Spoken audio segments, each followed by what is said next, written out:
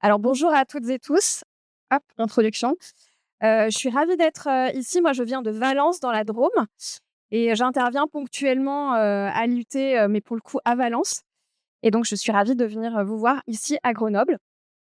Alors, je me présente en quelques mots. Je suis, facilitatrice, consultante, formatrice sur les sujets de redirection écologique. En gros, comment est-ce qu'on peut repenser des activités économiques en tenant compte des limites planétaires et des enjeux de justice sociale? Donc je suis amenée à donner, des cours principalement à Lyon en école de commerce. J'accompagne des entreprises et puis, je facilite et j'anime des ateliers sur ces sujets et j'ai aussi des podcasts. Voilà, je suis membre d'un collectif et c'est à ce titre que j'interviens aujourd'hui sur le sujet de la robustesse. Je vais en dire un peu plus. C'est un collectif qui s'appelle larobustesse.org, autour d'un chercheur qui s'appelle Olivier Amand. Et je suis référente d'un mouvement qui s'appelle GenAct en Drôme et je suis, en termes de statut, à mon compte. Donc j'ai mon activité et je fais partie d'une coopérative d'activité et d'emploi, une CAE. Et donc ça, c'est un modèle qui n'est pas très connu. C'est-à-dire que je suis à mon compte et en même temps, je suis salariée de la coopérative. Je suis associée de la coopérative, donc je participe aux prises de décision. Donc c'est un nouveau modèle en termes de gouvernance qui est, à mon sens, vraiment intéressant, parce qu'on est, acteur d'une structure et en même temps, on est une centaine de personnes en ayant nos propres activités, tout en étant, salariés de la structure. Qu'est-ce que je n'ai pas dit? Voilà, les podcasts, j'ai tout dit là-dessus. Alors, je n'ai pas toujours été, dans cet univers-là et dans ce domaine-là. Vraiment, je viens de très loin par rapport à ça. J'ai 44 ans, des enfants, une famille, j'habite à Valence et pendant une quinzaine d'années, j'ai travaillé en entreprise dans une filiale d'Air France. Donc pour le coup, pas du tout, dans les sujets de transition écologique. C'était une filiale, alors pas dans l'aérien, c'était une filiale dans la relation client, l'expérience client, mais toutefois filiale à 100 d'Air France et c'était une entreprise, alors 2 000 personnes avec des entités, partout dans le monde, qui travaillaient et pour Air France et à hauteur de 25 du chiffre d'affaires pour d'autres structures, principalement dans les domaines du luxe, du tourisme, voilà. Donc pas du tout sur ces enjeux-là de transition. Et en fait, il y a, un peu plus de 10 ans, 12 ans maintenant, j'arrive à peu près à le quantifier avec l'âge de mes enfants, j'ai eu une grosse prise de conscience sur les enjeux justement de transition écologique et ça a commencé par, l'alimentation où, j'ai questionné justement, ce qu'on mange, comment est-ce que c'est produit et cetera. Donc j'ai été, moi je mangeais, de tout à la cantine et en fait, je me suis rendu compte que ce que je mangeais, c'était pas du tout soutenable, c'était pas du tout OK et donc j'ai commencé progressivement à changer, à revoir en fait toute mon alimentation et ensuite j'ai tiré le fil de la pelote et en fait, il y a tout le décor, hein, du théâtre qui s'est cassé la figure en tirant le fil, où j'ai, finalement questionné tous les sujets de ma vie, pas que l'alimentation, mais aussi les déplacements, la consommation. Donc je me suis mis à acheter différemment, à acheter moins de seconde main et cetera. Je me suis mis à me questionner sur tous les sujets et notamment la mobilité et donc en étant dans une filiale d'Air France, forcément la mobilité, ça gratte beaucoup. Donc j'ai arrêté de prendre l'avion et ce qui a été, je me suis retrouvée vraiment en décalage avec, mon univers. Donc j'étais au comité de direction de cette entreprise, j'ai peut-être oublié de le préciser, pendant 8 ans et donc je me suis retrouvée vraiment à rebours, de mes collègues, du comité de direction et donc finalement, j'ai décidé de quitter mon poste, dans cette, filiale pour, me réinventer et voir comment mettre mes compétences au service de la redirection écologique des entreprises. Et donc j'ai fait tout un chemin, qui a duré un certain nombre d'années et c'est aussi pour ça que j'ai lancé mon premier podcast pour aller à la rencontre, d'initiatives inspirantes, qui justement, construisent ce monde de demain en tenant compte justement, et du social et des enjeux, écologiques. Donc je me suis vraiment questionnée et je suis sortie de ma roue de hamster. C'est pour ça que j'ai mis cette photo, parce que j'étais vraiment dans la roue de hamster.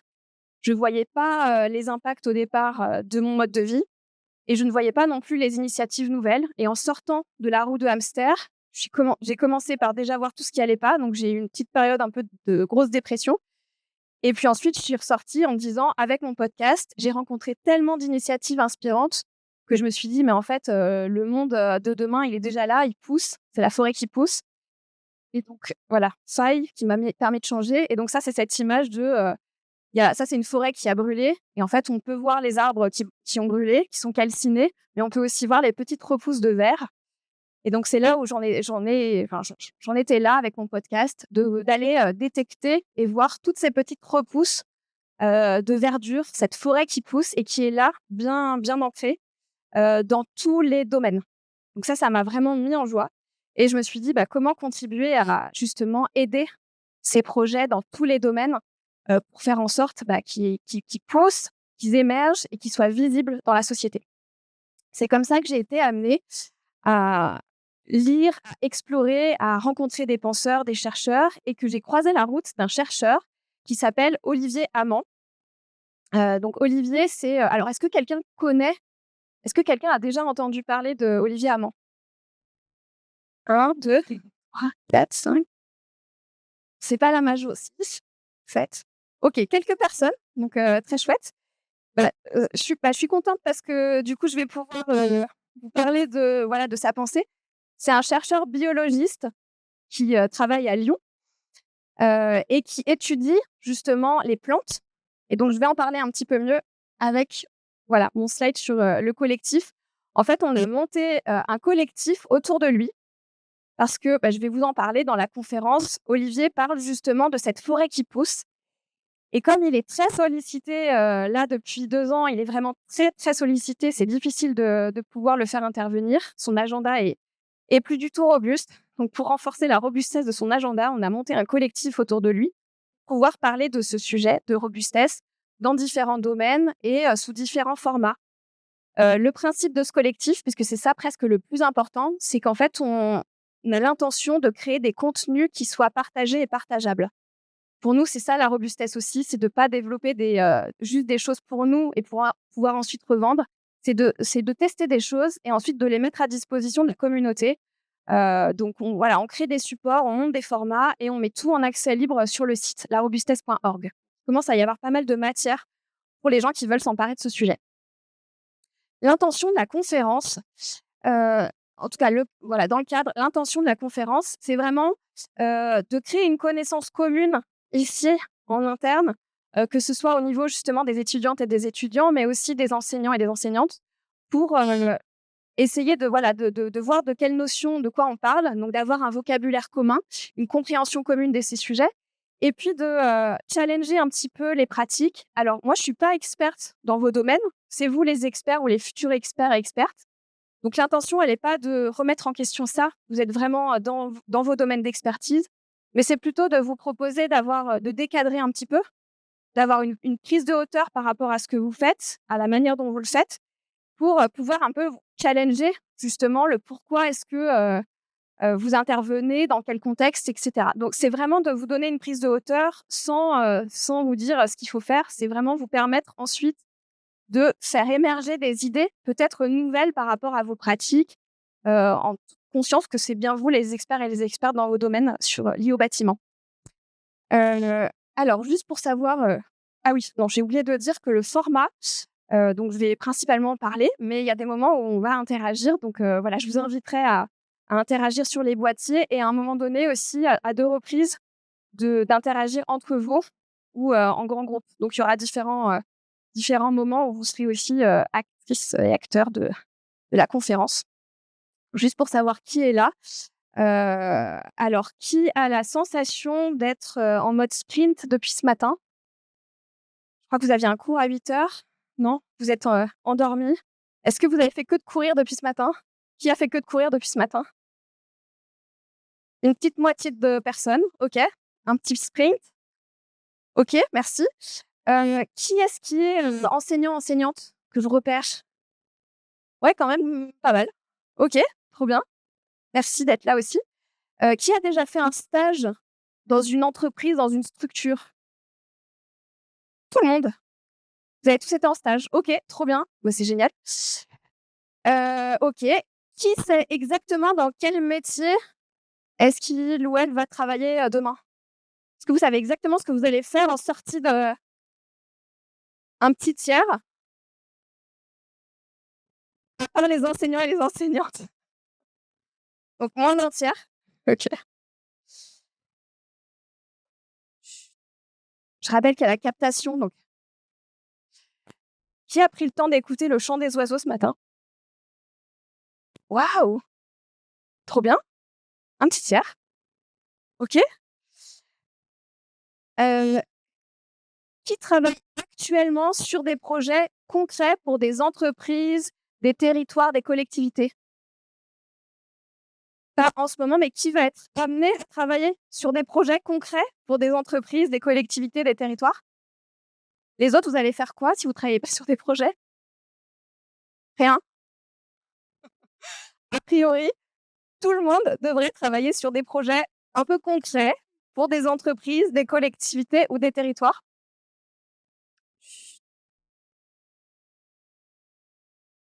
Donc quand on est en mode projet, j'imagine que tout le monde va être à un moment donné en mode projet. Quand on travaille sur des projets, en général, on part du principe que le monde est stable.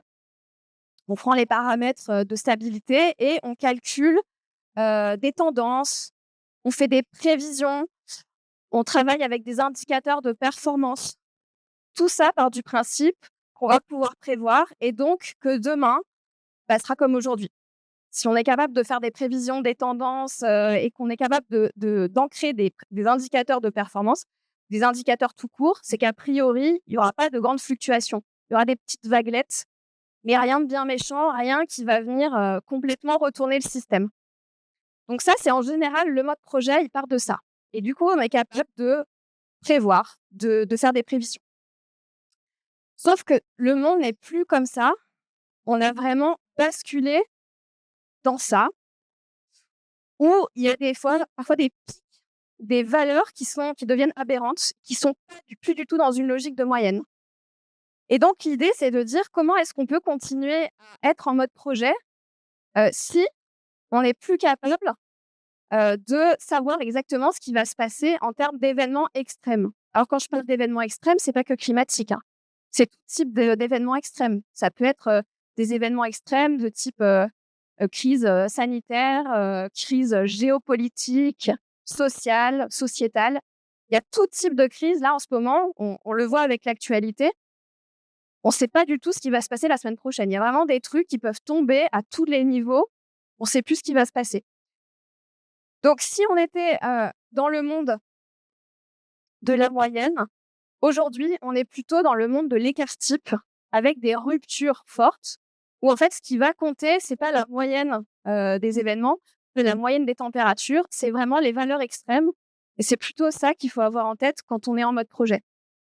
Donc on est plus sur on passe de la tendance à la moyenne au monde de l'écart-type. On l'a vu à Valence, en Espagne l'année dernière où, on est passé d'une station, balnéaire, vous voyez les photos de cartes postales avec, une belle ville au bord, de l'eau, qui d'un coup est complètement retournée avec, des voitures qui s'empilent partout dans les rues et on est passé d'un truc, magnifique, balnéaire à un chaos, total.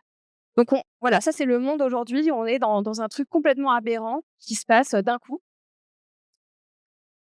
On est vraiment dans le monde de l'incertitude et dans le monde de l'incertitude, faire des prévisions, bah, ça, c'est vraiment compliqué et donc quand on est face, en tout cas, moi je le suis souvent, à des chefs d'entreprise, comment est-ce qu'on pilote une entreprise quand on n'est plus capable de prévoir, de travailler sur des tendances, de se dire: «On va avoir cet indicateur-là qu'on va suivre». Comment est-ce qu'on fait pour piloter une entreprise dans ce monde de l'écart-type et de l'incertitude? Donc on passe d'une logique de prévision à une logique de se préparer à tout ce qui peut se passer et donc ça nous incite à remettre un peu de jeu dans les rouages. Ça, je vais y revenir. En tout cas, c'est ce monde-là dans lequel on est et ce monde-là, si on le résume, donc là, je prends les mots, d'Olivier, c'est vraiment le mot qu'il emploie, Olivier Hamon. On est dans un burn-out à tous les étages. À tous les étages. Donc à tous les étages, ça veut dire un burn-out des milieux naturels. On a dépassé 7 limites planétaires sur 9 parmi les limites planétaires, qui ont été définies par, les chercheurs. On a aujourd'hui, par nos modes de vie, dépassé 7 limites planétaires sur 9. Est-ce que vous connaissez les limites planétaires? Vous avez déjà entendu parler? Qui a déjà entendu parler des limites planétaires? OK, pas tout le monde. En fait, aujourd'hui, On parle de changement climatique, on parle de climat, de problèmes avec le climat. Ça, c'est un paramètre planétaire qui a été dépassé. On a dépassé, donc je ne vais pas faire une conférence sur le climat, mais en tout cas, c'est un paramètre qui a été dépassé.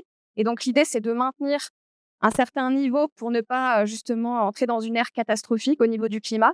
Mais ce n'est pas le seul paramètre. Donc, les chercheurs à l'international ont identifié des limites à ne pas dépasser au risque de déstabiliser les conditions d'habitabilité sur la planète. Parmi ces limites, il y a effectivement le climat, qui est une limite absolument clé dans le système de stabilité de la planète, mais il y en a d'autres. Et parmi ces autres, il y a aussi le cycle de l'eau, qui aujourd'hui est déréglé, a été dépassé. Il y a aussi la biodiversité, on en reparlera, mais là aussi, limite largement dépassée. Il y a aussi tout ce qui est lié au cycle naturel azote-phosphore, il y a tout ce qui est lié à l'usage des sols, et j'en passe. En tout cas, 7 sur 9 limites dépassées. Donc là, burn-out des milieux. On a dépassé ça, ce qui déstabilise en fait les conditions d'habitabilité. Et tout l'enjeu, c'est justement de ne pas rentrer en zone rouge. Mais on est déjà rentré en zone de turbulence. Donc, burn-out des milieux, burn-out aussi des humains. Dans cette société-là qu'on vit aujourd'hui, les paramètres sur la santé mentale, physique des humains ne sont pas bons. Ils vont dans le rouge. Si je donne quelques chiffres en France, il y a 2,5 millions de personnes qui sont estimées en burn-out sévère. C'est quand même énorme, 2,5 millions. Il y a 44% des actifs qui sont considérés en détresse psychologique. Et les arrêts de travail, les arrêts maladie longue durée ont été multipliés par 7 en 10 ans. Voilà, ça, c'est juste quelques chiffres qui sont des chiffres de santé physique, mentale liés à la santé humaine. Donc, ces chiffres-là ne sont pas bons. Pareil sur la société. Là, j'aurais plein d'exemples à donner, mais je ne vais pas m'étaler. Mais là, il y a une étude récente qui est sortie le mois dernier, un baromètre de l'isolement des personnes âgées en France. Rien que sur ce chiffre-là, il y a 750 000 personnes âgées qui sont en situation de mort sociale. C'est-à-dire qu'ils ne voient jamais personne. Personne du tout. 750 000 personnes. Et si rien n'est fait, ce chiffre-là va monter à plus de 1 million d'ici 2030. Donc, il y a vraiment des gens qui n'ont plus aucun contact social avec le monde. Ça, c'est un truc qui n'est pas normal du tout. Et là, des chiffres comme ça, on peut en avoir à tous les étages. Donc, aujourd'hui, nos modes de vie, avec nos modes de vie, on voit que la santé humaine, la santé sociale et la santé environnementale, ça ne va pas. On est vraiment en situation de burn-out. Donc, l'idée, c'est que c'est une polycrise. Et alors là, il y a d'autres paramètres aussi, géopolitiques, etc. En tout cas, on est dans un contexte de polycrise. Et donc, c'est ma première question liée à vos boîtiers. Donc, connectez-vous sur vos boîtiers. Quand je vous fais ce constat-là qui n'est pas réjouissant, et honnêtement, je vais pas m'étaler plus que ça, parce que j'ai pas envie de vous plomber pendant 2 heures. Donc, on va s'arrêter là sur les mauvaises nouvelles. Quand je vous pose ces sujets-là, comment est-ce que vous vous sentez par rapport à ça? T'as pas de boîtier. Ah, il n'y a pas de questions.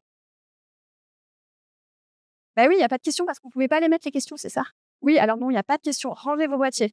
C'est vrai, on avait mis d'abord et en fait non, il n'y a pas de questions. Bon, du coup, je vous pose quand même la question. Regardez les petits bonhommes. Essayez d'identifier à quel petit bonhomme vous pouvez vous identifier. Alors moi, je vais vous poser 3 questions, mais comme ça. Est-ce qu'il y en a qui sont complètement plombés par ce que je viens de dire et qui ont un petit bonhomme qui est plutôt à terre ou qui fait une sale tête? Est-ce qu'il y en a qui ont un petit bonhomme comme ça, un peu plombé? Quelques-uns, OK. Est-ce qu'il y en a qui, bon, ça, c'est pas OK, on savait déjà, qui sont tranquilles sur une branche, qui sont plutôt OK? Personne? Si? Un peu? Et est-ce qu'il y en a qui se tiennent par la main et qui se disent: «Bon allez, on va pouvoir reconstruire un truc, ça va être joyeux»? OK, trop bien. Joyeux non, mais on va reconstruire. OK. Merci beaucoup pour vos partages. Après, j'ai pas listé tous les bonhommes, donc mais vous savez, vous, à quoi ça fait écho. Merci beaucoup. Alors, pourquoi est-ce qu'on en est là? J'attends que le silence revienne un peu. Pourquoi est-ce qu'on en est là? Pourquoi un tel burn-out? C'est quand même fou. On a des sociétés, on est hyper évolué dans plein de choses. Et là, on voit qu'on a mis tous les paramètres les plus importants au final, la santé humaine, la santé de nos milieux, la santé de notre environnement, tout ça, c'est dans le rouge. Alors pourquoi est-ce qu'on en est là? Donc ça, c'est un schéma qui a été simplifié par Olivier pour, parler de piège systémique. Donc c'est un terme qui est repris de l'anglais par des chercheurs systémiciens qui travaillent justement sur ce systemic trap ou un truc comme ça. Et du coup, ce qu'ils disent, en fait, ces chercheurs, c'est que face à une rupture, face à une crise, en fait, ça appelle un besoin de sécurité. Une crise, rupture, on a besoin de se protéger, on a besoin de sécurité. Et c'est un besoin naturel. Évidemment, il y a une crise, on a besoin naturellement de se sentir protégé. Sauf que nous, on a transformé ce besoin de sécurité en un besoin de contrôle. Pour être en sécurité, on va essayer de contrôler les paramètres qui fluctuent. Et donc, depuis 10 000 ans, donc il y a 10 000 ans, on est passé d'une ère glaciaire à une ère interglaciaire où le climat s'est stabilisé. On a pu développer l'agriculture, etc. Et donc, on a commencé il y a 10 000 ans à vouloir maîtriser, justement, la nature, maîtriser les événements. Donc, progressivement, on a ajouté du contrôle. Et ça s'est amplifié très largement après la Seconde Guerre mondiale, où en fait, on voit qu'à ce moment-là, tous les paramètres, soit environnementaux ou sociétaux, sont partis en flèche, où là, vraiment, on est venu tout dérégler tous les paramètres. Donc ça avait commencé avec l'ère industrielle, et ensuite, après la Seconde Guerre mondiale, on a eu les moyens de nos ambitions.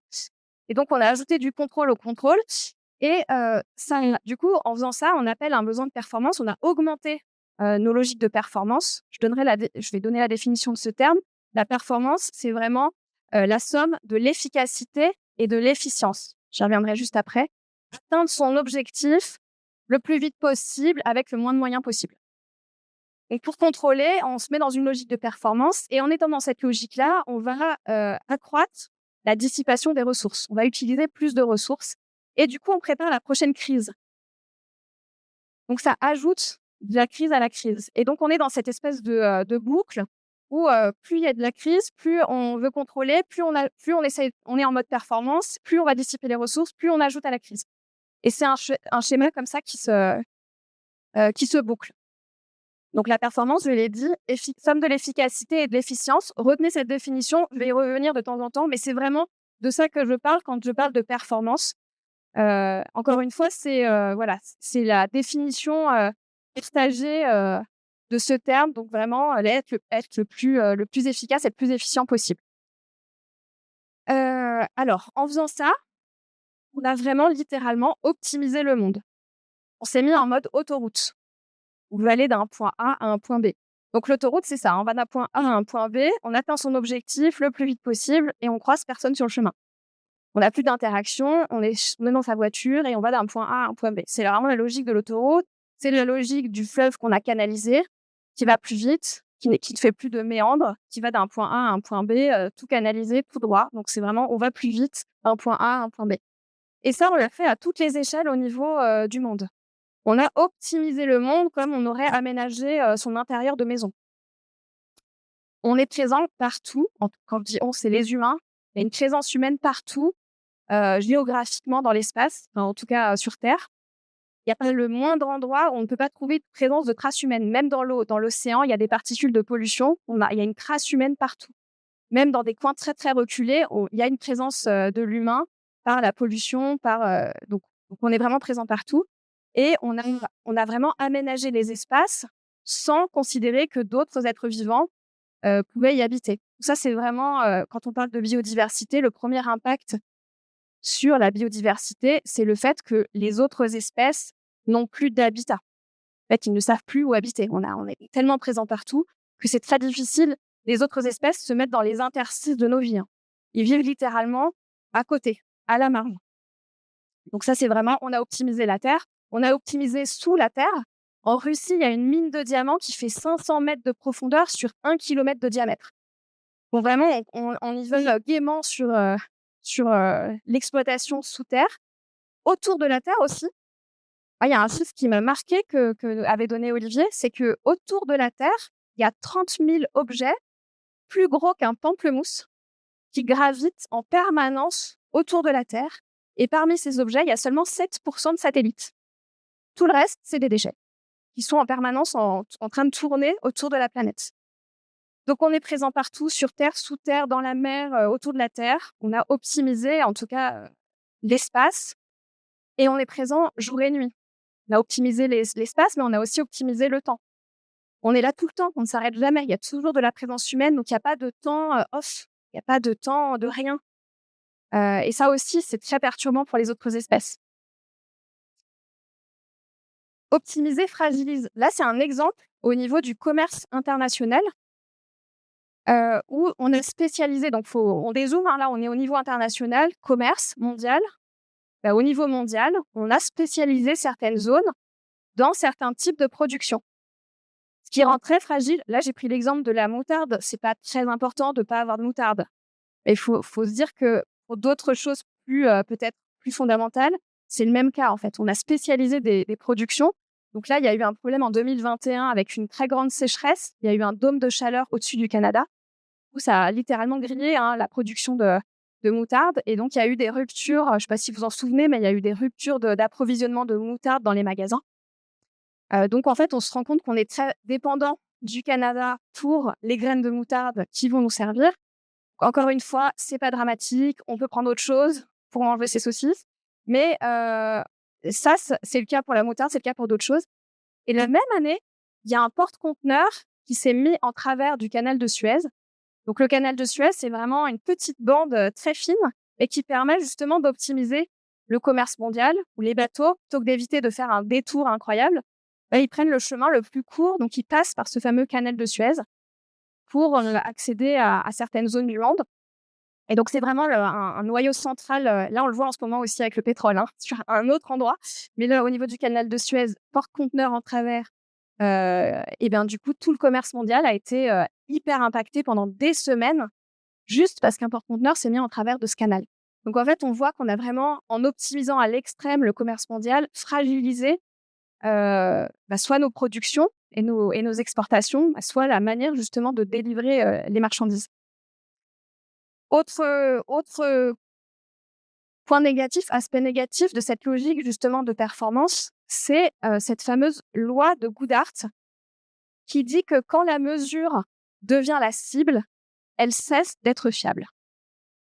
Je redis, quand la mesure devient la cible, elle cesse d'être fiable. Donc là, je vais donner l'exemple, peut-être que vous le connaissez, des rats de Hanoï. Est-ce que quelqu'un a déjà entendu cette histoire? Non? Ok. Donc là, début du XXe siècle, 1902, à Hanoï. Donc, à ce moment-là, c'était la capitale de l'Indochine. Et donc, les Français veulent rendre plus salubre la ville. Donc, ils décident de mettre en place un réseau d'égouts pour justement que chacun puisse avoir accès à des toilettes, etc. Donc, ils font des grandes installations, donc des grands travaux dans la ville. Et ils travaillent sur la mise en place d'un immense réseau d'égouts à Hanoï.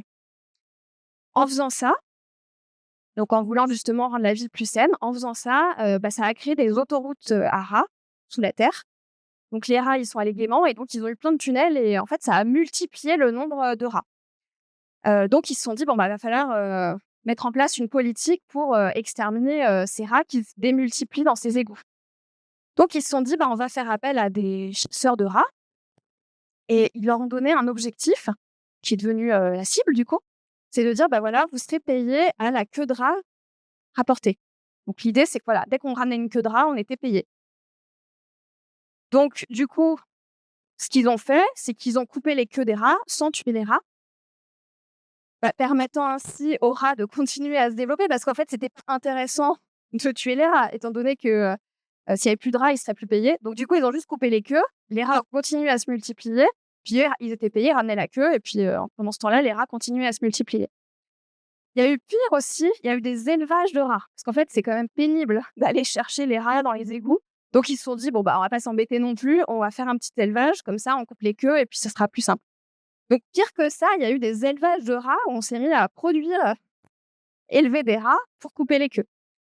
Donc là, on était vraiment dans la logique de la mesure qui est devenue la cible de ces chasseurs de queues de rats. Et donc, c'était plus du tout fiable parce que ça a en fait permis de démultiplier le nombre de rats. Et quelques années plus tard, de mémoire, c'est 1906, il y a eu une peste, du coup liée à ces propagations de maladies qui a décimé une partie de la population. Donc là, c'était vraiment l'exemple cata du mauvais indicateur, d'une cible qui est devenue, d'un indicateur qui est devenu une cible, et qui a cessé totalement d'être fiable.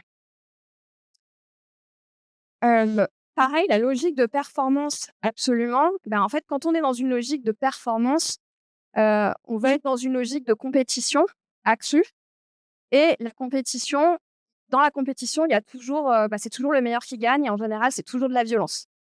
Donc ça, on peut le voir à toutes les échelles. Si on prend, par exemple, l'exemple, de la compétition sportive, on va mettre son corps à rude épreuve. On va vraiment être dans une logique de performance avec parfois des conséquences, vraiment physiques sur le corps. Donc on va être en compétition avec soi-même, avec son corps et avec les autres, évidemment, pour être, le ou la meilleure, dans son domaine.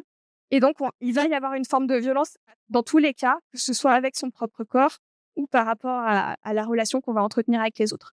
Donc cette logique de performance nous amène vraiment à cet environnement, de violence, que ce soit avec soi, avec les autres ou avec les écosystèmes. Aujourd'hui, on est vraiment dans la logique de violence, faite aux écosystèmes.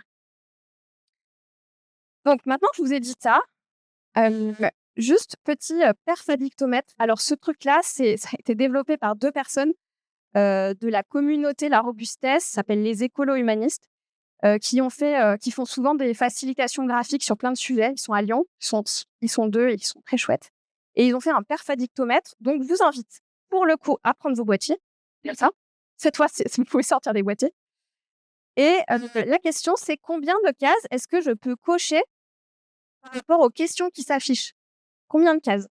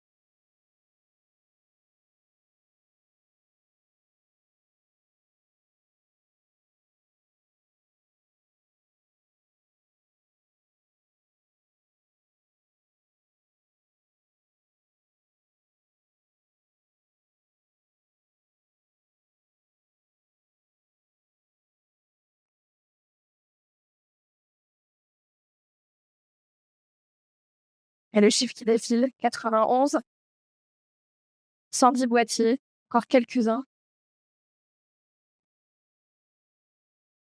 96, 27 et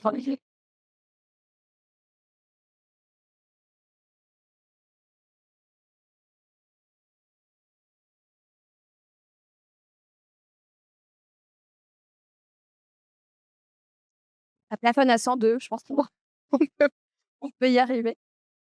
Hop, alors 2 cases. Ah, vous êtes pas trop en mode performance. 2 cases, 3 cases, 4 cases et quand même, ouais, 5, 6, 7, 8, 9. C'est très variable. OK, trop bien. En tout cas, il y a une grande partie qui sont en dessous des 5 cases, donc bravo à vous d'avoir, d'être pas complètement au taquet de vos possibilités. Le résultat, c'est que plus de 5 cases, on pousse un peu trop là, on est un peu trop en mode performance. L'idée, c'est pas de dire qu'il faut jamais l'être, hein. Je vais y revenir très largement, mais c'est qu'il faut pas être en mode performance tout le temps, à tous les niveaux, sur tous les sujets. Mais je vais y revenir. D'accord. Alors on me demande de vous dire qu'il faut un petit peu plus de performance par rapport. On va dire: «Bonne ça marche». Et alors, quelques points de vigilance avant de vous parler de robustesse. On est bien dans le timing. Quelques points de vigilance. déjà, juste utiliser les bons mots. Ça, c'est vraiment, ça va amener la suite de ce que je vais dire, mais utiliser les bons mots. Donc aujourd'hui, c'est pas forcément ce qu'on fait. Aujourd'hui, par exemple, quand on parle de climat, donc ça, je pense que c'est le paramètre, dont vous avez entendu 1000 fois parler. On parle de réchauffement climatique. Quand on parle de réchauffement climatique, vous avez peut-être entendu parler du fait qu'il faut rester sous les 2 degrés, qu'un objectif de l'accord de Paris, c'est 2 degrés, mais qu'il faut, si on pouvait rester sous les 1,5, ça serait mieux. Enfin, voilà, on est sur des moyennes. Si on reste sur ces moyennes, bah, comme je viens de le dire, on focus sur la moyenne et j'ai dit au démarrage que la moyenne, c'est pas forcément ce qui est le plus clé aujourd'hui. Donc si on parle de réchauffement, eh ben, on focus sur la moyenne. Si on parle de dérèglement, là, on sort du focus moyenne et on va parler d'écart type. Parce qu'en fait, en parlant de dérèglement climatique, on va parler de valeurs aberrantes, d'événements climatiques extrêmes. Et en fait, c'est ces valeurs aberrantes qui vont nous servir ensuite à imaginer d'autres manières de vivre, à imaginer des projets. Et on va se focaliser sur s'il se passe ça, s'il se passe cet événement extrême, dans ce cas-là, comment est-ce que mon projet réagit? Comment est-ce que ce que je vais mettre en place va interagir? La moyenne, à la limite, c'est plus tellement le sujet. Donc, pour passer du monde de la moyenne au monde de l'écart type, bah, il faut employer les bons mots. Et donc, le mot réchauffement, bah, ça nous amène pas à la compréhension de ce monde qui est complètement déréglé, avec des valeurs aberrantes et des paramètres qui ne sont plus, du coup, dans cette logique de moyenne. Donc, plutôt parler de dérèglement climatique. C'est la même logique quand on parle d'érosion de la biodiversité. Si je vous dis qu'il y a une érosion de la biodiversité, on va penser qu'il y a 3 oiseaux qui sont impactés, que c'est légèrement à la marge, que ça gratte un peu sur certains côtés. On va pas du tout avoir en tête l'ampleur du problème. OK, il y a 3 oiseaux qui disparaissent, après tout, qu'est-ce qu'on s'en fiche? Ça va pas nous changer notre vie. Voilà, c'est de ça dont on parle quand on parle d'érosion. Si je vous donne un chiffre Si je vous donne un chiffre absolument clé, c'est qu'en 50 ans, on a perdu 70 des animaux vertébrés en masse sur la planète. Pas une érosion là, on n'est pas dans la logique de l'érosion. Là, c'est la cata. 70 des animaux vertébrés en masse. Donc là, c'est plus du tout 3 oiseaux qui ont disparu. Les chiffres sont énormes. Quand on parle des insectes en Europe, c'est 80 des insectes volants qui ont disparu en 30 ans. C'est des chiffres qui sont énormes. C'est pharaonique, en fait. Mais personne n'en parle de ce truc-là. On croit qu'il y a un petit problème avec la biodiversité, mais c'est majeur. Donc, parfois, on parle de 6e extinction de masse, en faisant référence avec les dinosaures qui se sont éteints il y a 65 millions d'années. Mais sauf qu'ils ne sont pas éteints en 150 ans, les dinosaures. Ça a pris des milliers d'années. Déjà, ils étaient déjà en déclin. Quand il y a eu une météorite, ils étaient déjà en déclin. Il y avait tout un contexte d'activité volcanique, etc. Ça faisait déjà des milliers d'années qu'ils étaient en déclin. Et ensuite, il y a eu une météorite. Et ensuite, il y a encore eu des milliers d'années avant leur extinction. Donc, ça a pris des milliers d'années. Donc là, on n'est pas non plus dans cette logique d'extinction, en tout cas en termes de rapidité et d'ampleur. C'est une ampleur majeure dans un temps extrêmement court. On parle de 150 ans. C'est absolument rien. C'est poussière à l'échelle de géologie. C'est rien du tout. Donc là, si je vous donne ces chiffres que j'ai donnés tout à l'heure, en considérant que tout ça, c'est en 30 ans, en 50 ans, c'est absolument pas du tout de l'ordre de l'érosion. C'est même pas de l'ordre de l'extinction. C'est carrément une extermination pour le coup. Par une seule et même espèce. Une partie d'une seule et même espèce. Donc, c'est de ça qu'il faut juste avoir conscience quand on parle de ces chiffres-là. Donc, il faut utiliser les bons termes. Érosion, c'est pas du tout à la hauteur des enjeux. Pareil sur l'eau, il y a des chercheurs, il y a un mois là, qui ont parlé de stress hydrique jusqu'à présent. Et là, maintenant, au niveau international, on parle de faillite hydrique. Justement, il y a un gros questionnement sur ce vocabulaire à employer pour essayer de donner l'ampleur en fait des enjeux et du problème. Là, on parle de faillite hydrique. Donc, utiliser les mots justes. Après, une fois qu'on a les mots justes, articuler les mots dans le bon ordre, faire des phrases qui ont du sens et qui sont aussi à la hauteur des enjeux. Donc, par exemple, si je parle du climat, Bah, en fait, on prend le climat comme une donnée d'entrée et évidemment, hein, il y a un problème climatique, personne ne revient là-dessus, à moins d'être dans le déni, donc je ne reviens pas là-dessus. Évidemment qu'il y a un problème climatique, mais en fait, en entrant par le prisme du climat, eh bien, on peut être amené à mettre en place des solutions qui vont impacter d'autres, d'autres limites planétaires. On peut très bien travailler sur le climat en se disant: «Bah, on va mettre en place des avions, verts». Oui, mais d'accord, mais ça va avoir des impacts sur d'autres limites planétaires. Peut-être qu'on va justement devoir utiliser plus de ressources, plus d'eau, impacter encore les sols. Donc tout ça, si on prend le prisme du climat, on peut impacter d'autres limites. Si on prend en porte d'entrée la biodiversité, bah là, c'est autre chose. On peut difficilement avoir un impact négatif sur le climat quand on entre par la porte de la biodiversité. En général, quand on prend ce prisme-là en porte d'entrée, on va avoir des impacts qui sont positifs et sur le climat, et sur l'eau, et sur les sols, etc. On soigne la vie par la vie. Donc, si je donne un exemple de porte d'entrée biodiversité, c'est tout ce qui est lié à l'agroécologie.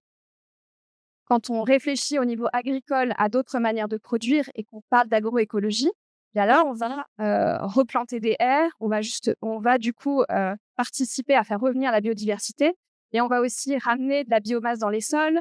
Donc, on va faire en sorte que les sols captent du carbone. Donc, on va jouer aussi sur le paramètre du climat.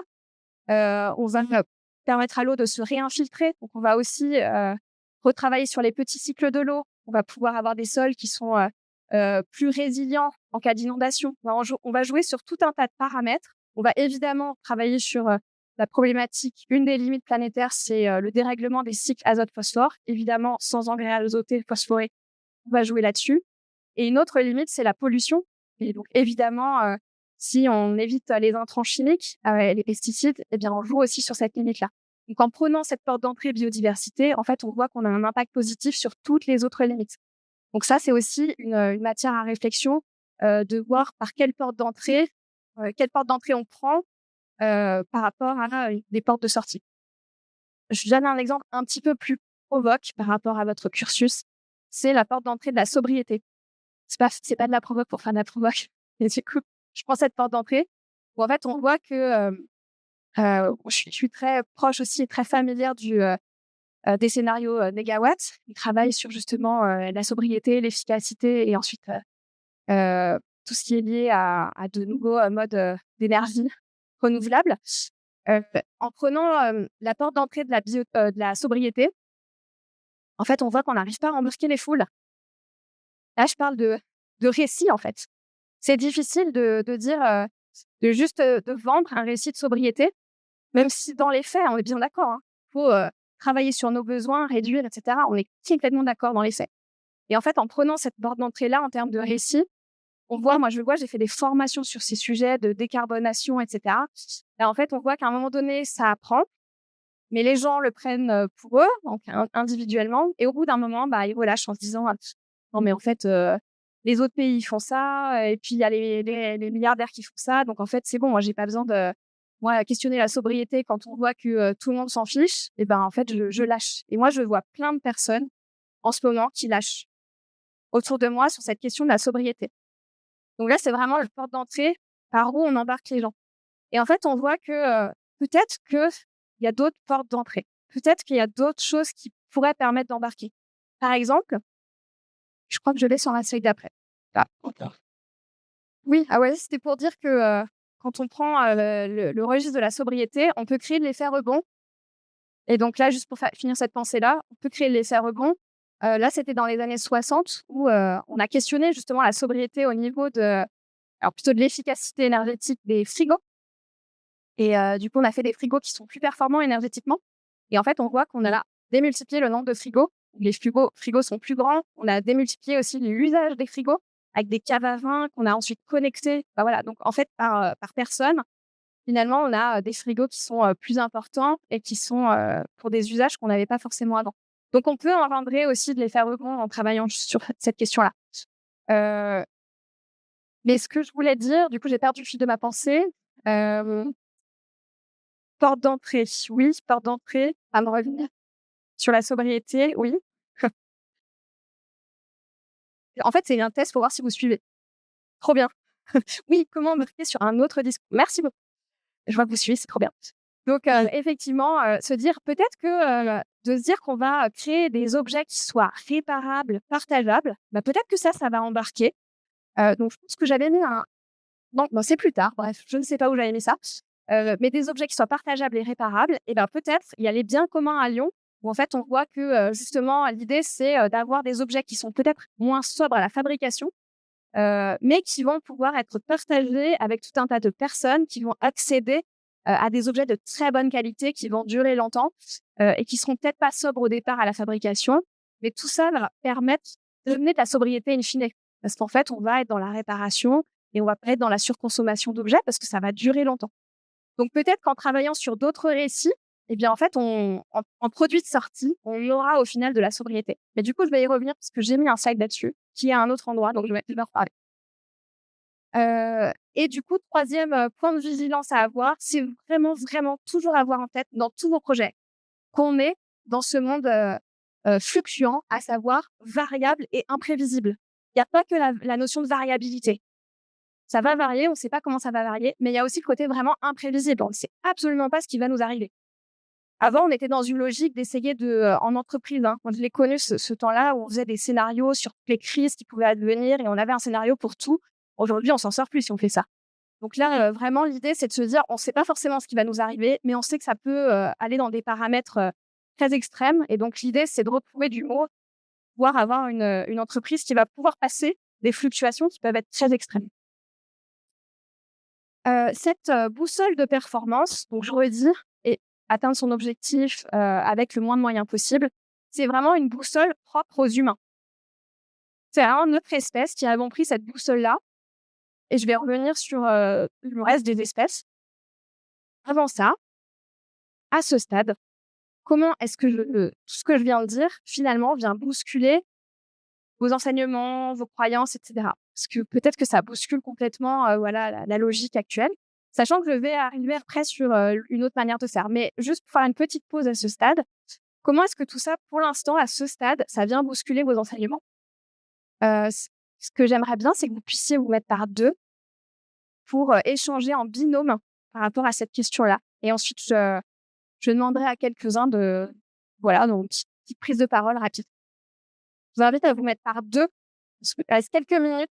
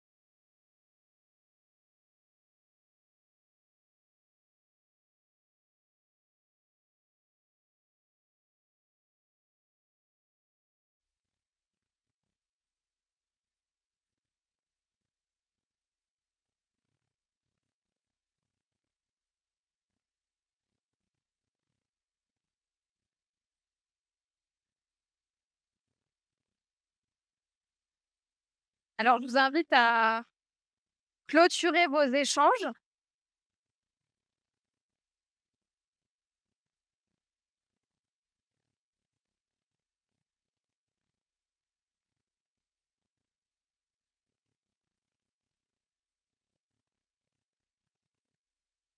J'attends que le son, baisse un petit peu.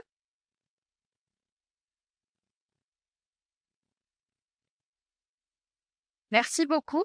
Alors pour les personnes qui ont parlé de ce qu'ils ont fait hier, ce qu'ils vont manger à midi ou ce qu'ils vont faire ce soir, c'est pas forcément ce qui nous intéresse là. Par contre, pour les personnes qui ont parlé, de la réponse à la question, je serais très preneuse d'avoir, juste en quelques mots, des retours. S'il y en a qui veulent bien, en deux trois mots, juste, qu'est-ce que vous avez évoqué?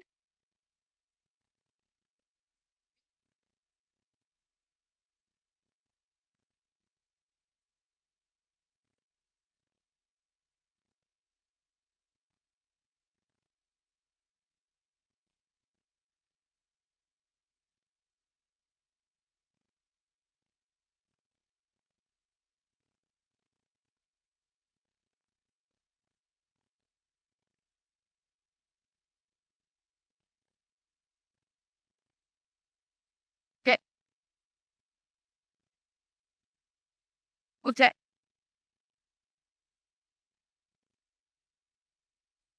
Merci beaucoup. Je me permets de redire parce que comme il y a pas de micro, du coup, la l'envie en fait d'intégrer une approche, plutôt low tech, mais c'est pas forcément évident pour des questions de facilité. Bah, finalement, c'est du vous êtes plutôt sur du clé en main parfois et pas forcément du low tech, c'est ça? Si je dois résumer? Ouais, ouais, ça nécessite du temps, ouais, ouais. OK. Donc manque de temps pour pouvoir bricoler effectivement, les manip. Merci beaucoup. Un autre, témoignage?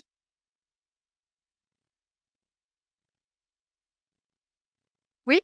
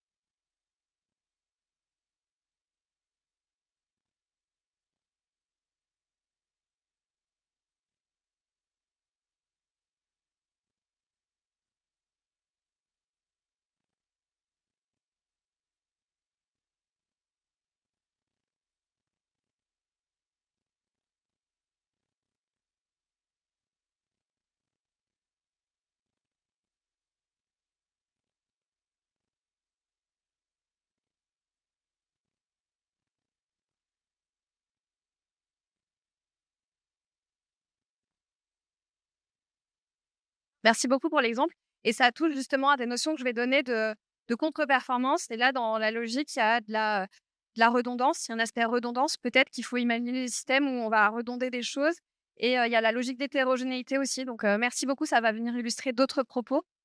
Est-ce qu'il y a, un dernier témoignage?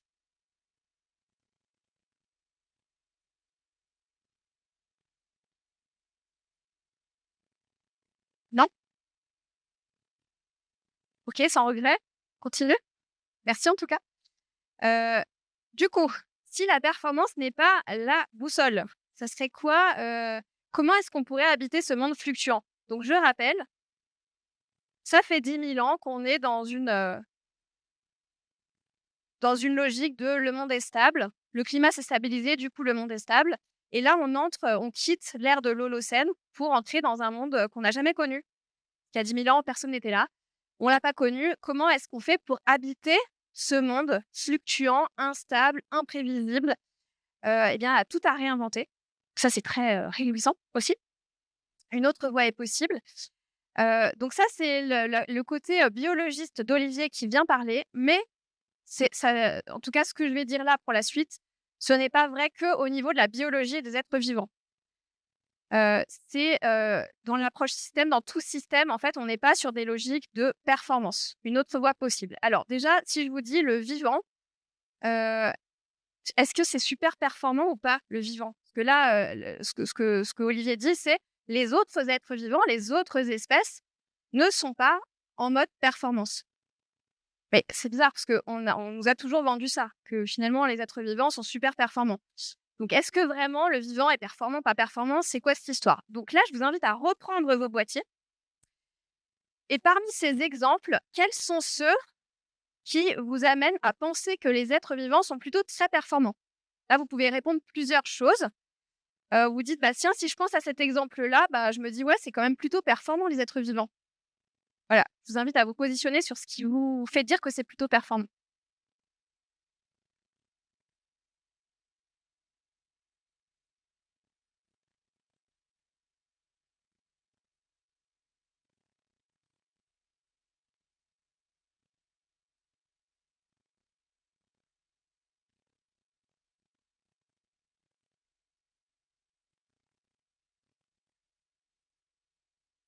Performance, atteindre son objectif avec le moins de moyens possible.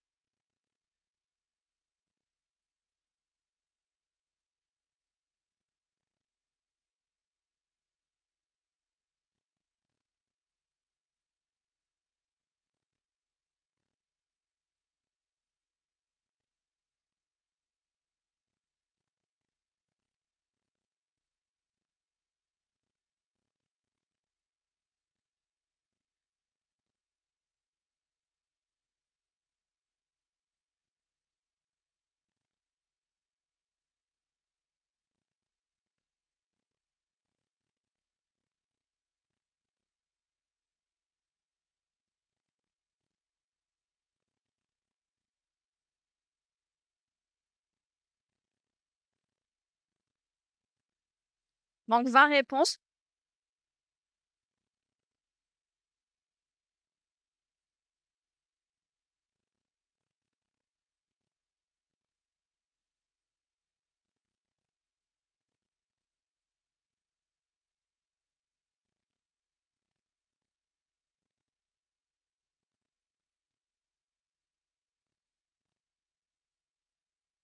On va s'arrêter là, du coup. C'est un grand nombre de réponses.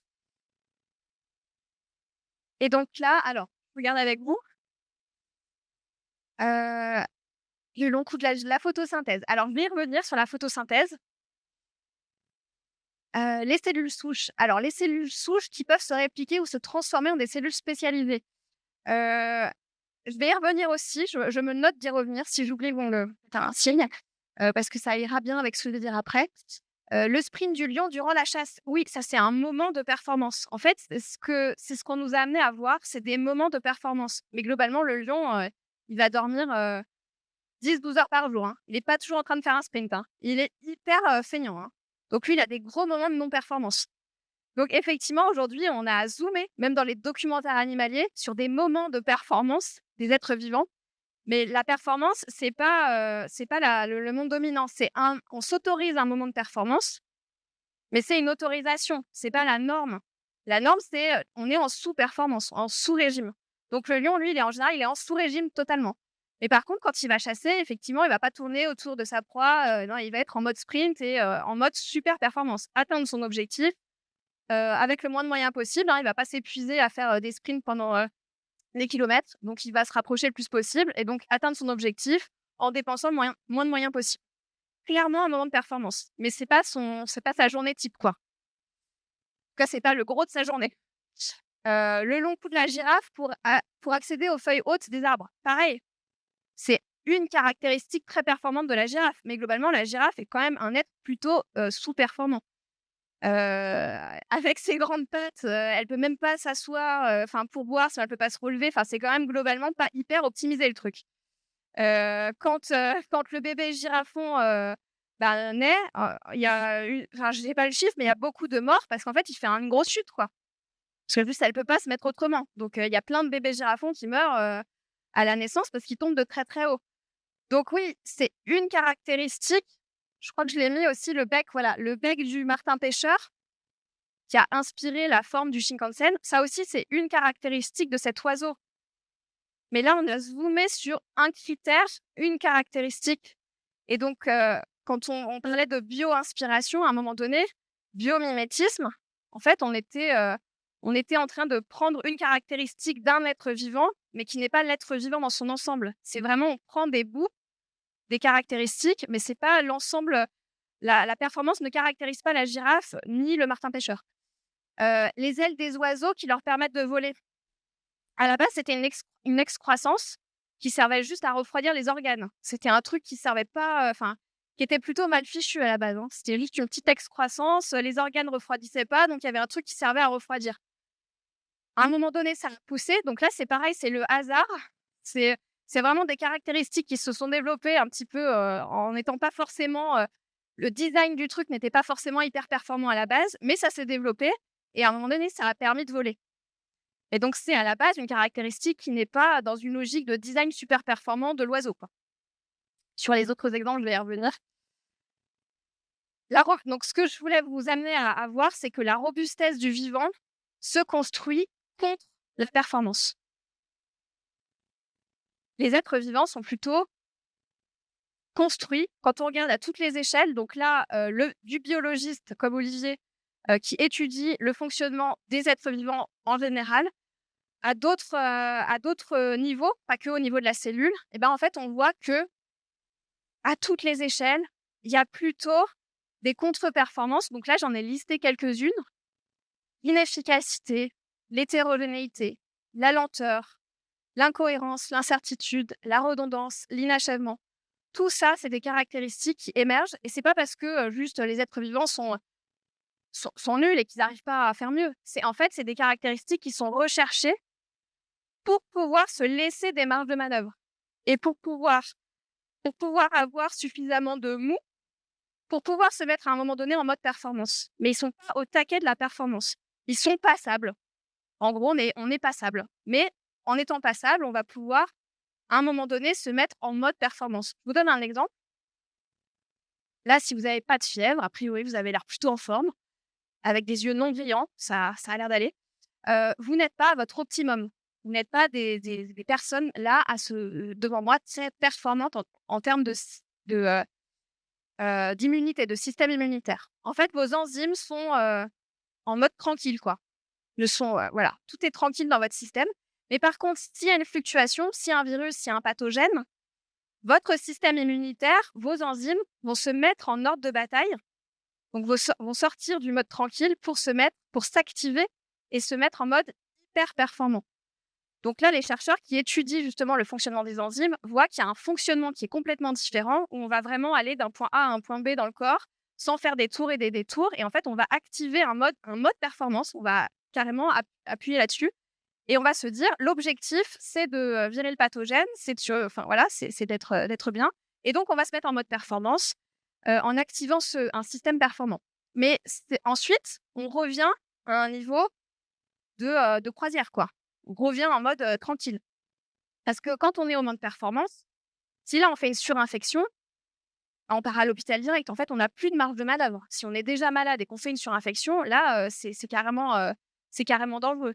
Pareil, quand on a de la fièvre, on ne peut pas rester sur un niveau de performance du système pendant des jours et des jours. Si on monte à 39, 40, c'est vraiment un temps qui est court. On s'autorise des moments de performance. C'est vraiment une autorisation. Et pour s'autoriser un moment de performance, ça veut dire qu'il faut être sous-performant sur le reste de la croisière. On ne peut pas être toujours en mode performance. Sinon, on ne pourrait pas faire face à une fluctuation. Et c'est pareil, ce que je disais sur la chasse. Le lion ne va pas toujours être en train de courir pour faire un sprint, pour chasser. Sinon, il n'y aurait pas, il serait complètement épuisé. C'est comme le sprinter de haut niveau, le marathonien. On ne peut pas être toujours en train de faire ça. Là, cette semaine, j'étais à un café-échange avec une ancienne sportive de haut niveau qui faisait de l'escalade et elle a abîmé son corps avec des moments intenses de performance. Clairement, elle ne faisait pas toujours ça. Le reste du temps, là, maintenant, elle grimpe, mais pas, ça ne grimpe pas tout le temps parce qu'elle a épuisé son corps en le faisant. Donc, on a de la performance, mais sur un temps court. En mode pompier. Les pompiers ne sont pas toujours au fond en train d'éteindre le feu. Le reste du temps, ils ont des moments d'exercice, des moments de discussion, des moments d'échange, et cetera, et ils sont pas toujours en intervention, heureusement. Et d'ailleurs, quand ils sont en intervention, ils ne peuvent pas rester dans le feu trop longtemps. Au bout d'un moment, c'est un autre pompier qui prend le relais parce que sinon ils peuvent vraiment, se mettre en danger leur corps. Donc ils interviennent sur un temps court et après ils reviennent dans le camion. Et c'est difficile souvent ce moment de là, tu sors et c'est quelqu'un d'autre qui prend le relais. Parce qu'en fait, on a de l'adrénaline, on a envie d'être en mode performance. Mais ça devient dangereux. Donc en fait, l'intervention d'une personne, elle est sur un temps court. Sinon, on peut mettre en danger sa vie. Donc la performance, oui, mais sur un temps court. Et du coup, je voulais donner l'exemple des cellules souches, pour ne pas oublier. Les cellules souches, c'est effectivement des cellules qui peuvent créer d'autres cellules, qui peuvent se diversifier, qui peuvent devenir d'autres cellules. Et en fait, on a souvent tendance à penser que la cellule souche, c'est la super cellule, quoi. La cellule la plus performante du corps humain. Mais en fait, c'est pas du tout sa caractéristique. La cellule souche, ce qui la caractérise, c'est qu'elle est hyper lente. En fait, elle va se développer tellement lentement qu'elle va aller dans une voie. Ah tiens, je vais être une cellule de foie. Et en fait, elle le fait tellement lentement qu'à un moment donné, elle reçoit un nouveau message. Et en fait, elle est tellement en chemin, elle n'est pas du tout transformée. Donc, elle reçoit un message qui lui dit bah, finalement, tu seras autre chose. Et bah, du coup, hop, elle balance vers autre chose. Puis elle y va tout doucement. Et entre-temps, elle reçoit un autre message. Et bah, du coup, elle essaie d'avancer vers autre chose.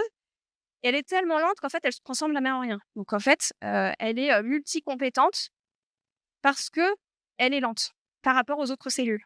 C'est vraiment ça qui fait sa caractéristique, c'est la lenteur de son développement. Donc c'est pas le fait qu'elle elle soit en mode performance. C'est vraiment la lenteur, un critère de performance qui lui donne ses caractéristiques propres. Donc la robustesse du vivant, si je donne la définition, c'est le fait, de chercher à être stable malgré les fluctuations, puisque les êtres vivants partent du principe, et depuis des milliards d'années, que le monde est fluctuant et donc qu'en fait, il faut chercher à être stable malgré les fluctuations. Et pour être stable malgré les fluctuations, ça veut dire qu'on se laisse des marges de manœuvre.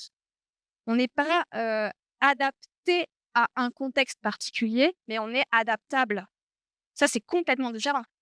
Quand on est adapté à un contexte, on s'enferme dans une poire et si le contexte change, on ne va pas pouvoir réagir et changer de contexte. Donc l'idée, c'est d'être plutôt adaptable plus qu'adapté. Et je crois que vous avez employé ce mot-là, adaptable. Ça, c'est l'aspect stabilité. Et l'autre aspect, c'est la viabilité dans la durée. Donc faire face à des fluctuations temporaires, oui, mais aussi imaginer une forme de viabilité dans la durée. Et pour se projeter dans la durée, ça veut dire qu'on ne va pas dégrader négativement le milieu, les autres espèces, et cetera. Donc ça veut dire qu'on s'inscrit si je reviens au niveau projet et au niveau individu, ça veut dire qu'on construit des projets qui s'inscrivent au service de la santé commune. Et là, je vais juste définir ce terme de santé commune, que parfois on a peut-être parlé de santé planétaire, One Health, santé des gens, santé des milieux. Là, dans la santé commune, il y a 3 dimensions. Comment est-ce que mon projet va contribuer à nourrir la santé humaine? Donc, quand on est en entreprise, c'est comment est-ce que je fais en sorte que les gens soient bien dans mon entreprise, physiquement et psychologiquement, mais aussi tous les gens sur toute la chaîne de valeur, tous mes partenaires, même ceux qui travaillent au niveau de l'extraction de mes matières premières. Comment mon activité impacte la santé humaine au niveau de toute ma chaîne de valeur? Donc, il y a la question santé humaine, il y a la question de santé des milieux naturels. Comment est-ce que mon activité, ce que je fais, ne vient pas dégrader les milieux naturels, mais au contraire, peut-être permettre de les nourrir, ou en tout cas d'offrir les conditions qui permettent qu'ils se régénèrent. Et le milieu, la dimension du milieu, c'est la santé de la société.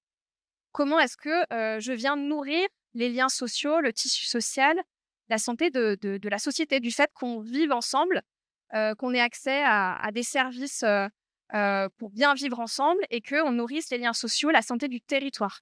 Donc, il y a vraiment ces 3 dimensions qui font que la robustesse s'inscrit dans une logique de stable pour faire face aux fluctuations et viable dans la durée parce que je ne viens pas dégrader qui demain me permettra d'exister, à savoir les gens qui vont travailler sur toute ma chaîne de valeur, les milieux, mon environnement, et cetera. Donc il y a vraiment, quand je parle de robustesse, c'est ça que ça veut dire, c'est stable plus viable.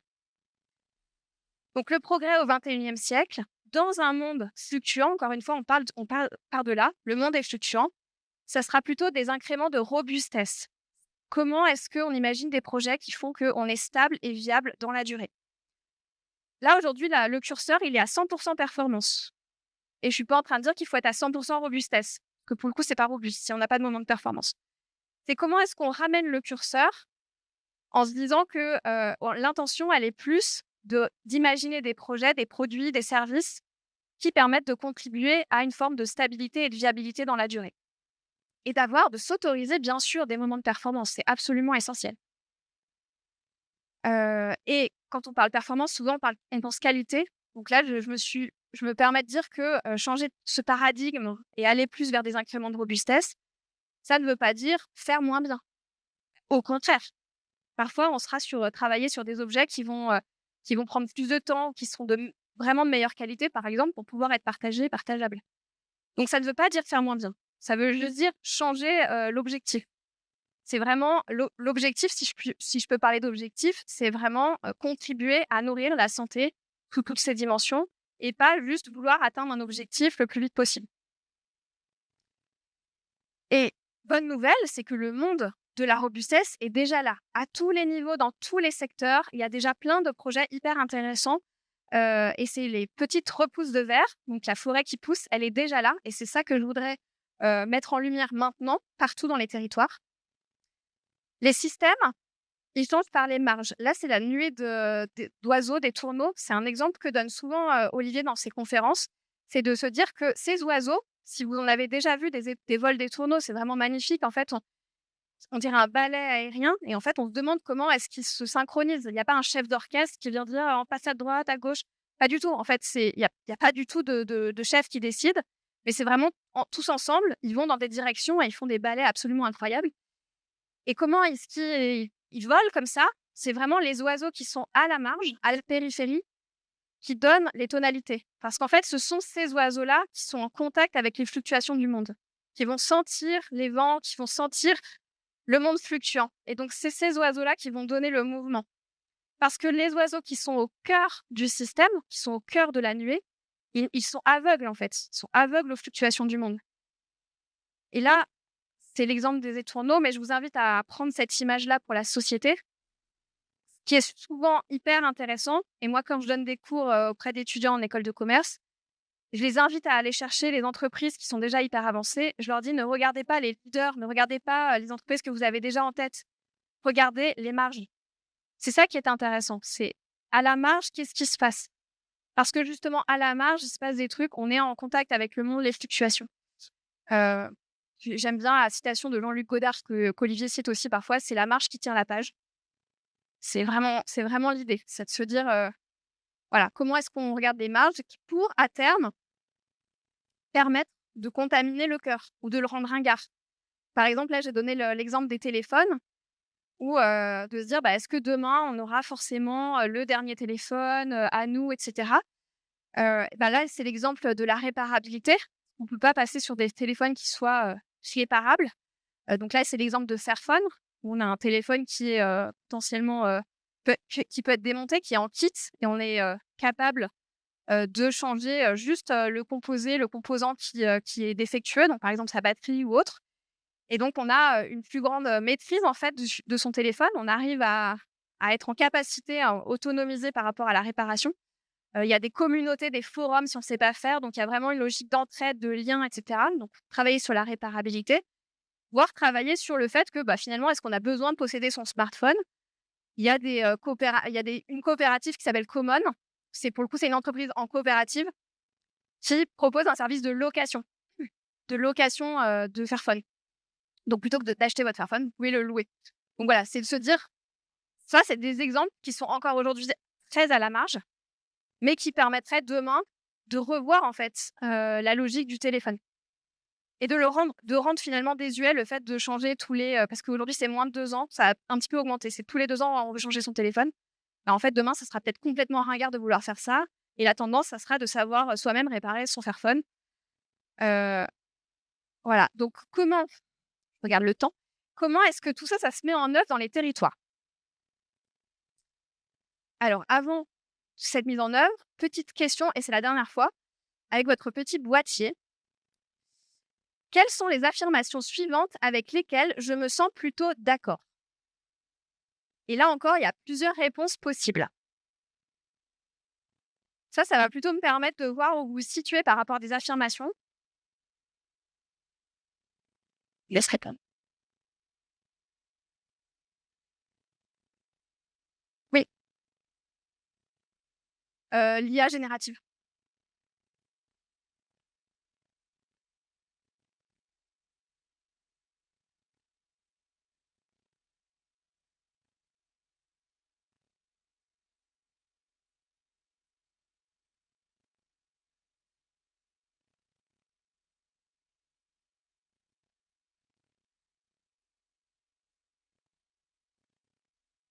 OK, ben, je sais pas, il y avait quoi dans le boîtier? Il y a pas de non-réponse.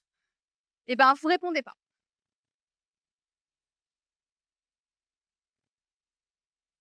Vous répondez pas. Je verrai que ça s'arrête à un certain seuil.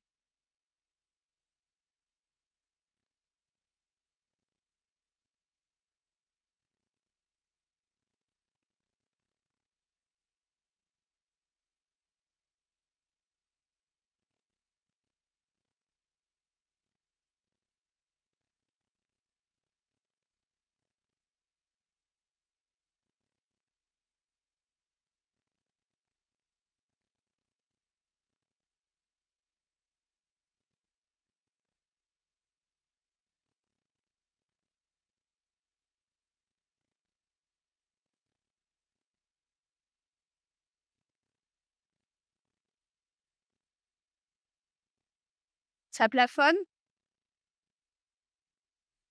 ou les autres, c'est que vous êtes plutôt, pas, en phase avec rien? OK. Non, ça monte encore.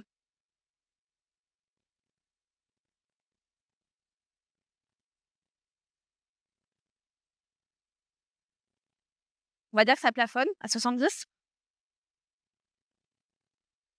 Alors, du coup, la performance financière reste la finalité pour une entreprise. OK. Donc, alors sur ça, juste avant de vous donner des exemples dans les territoires, du coup, OK. Ça me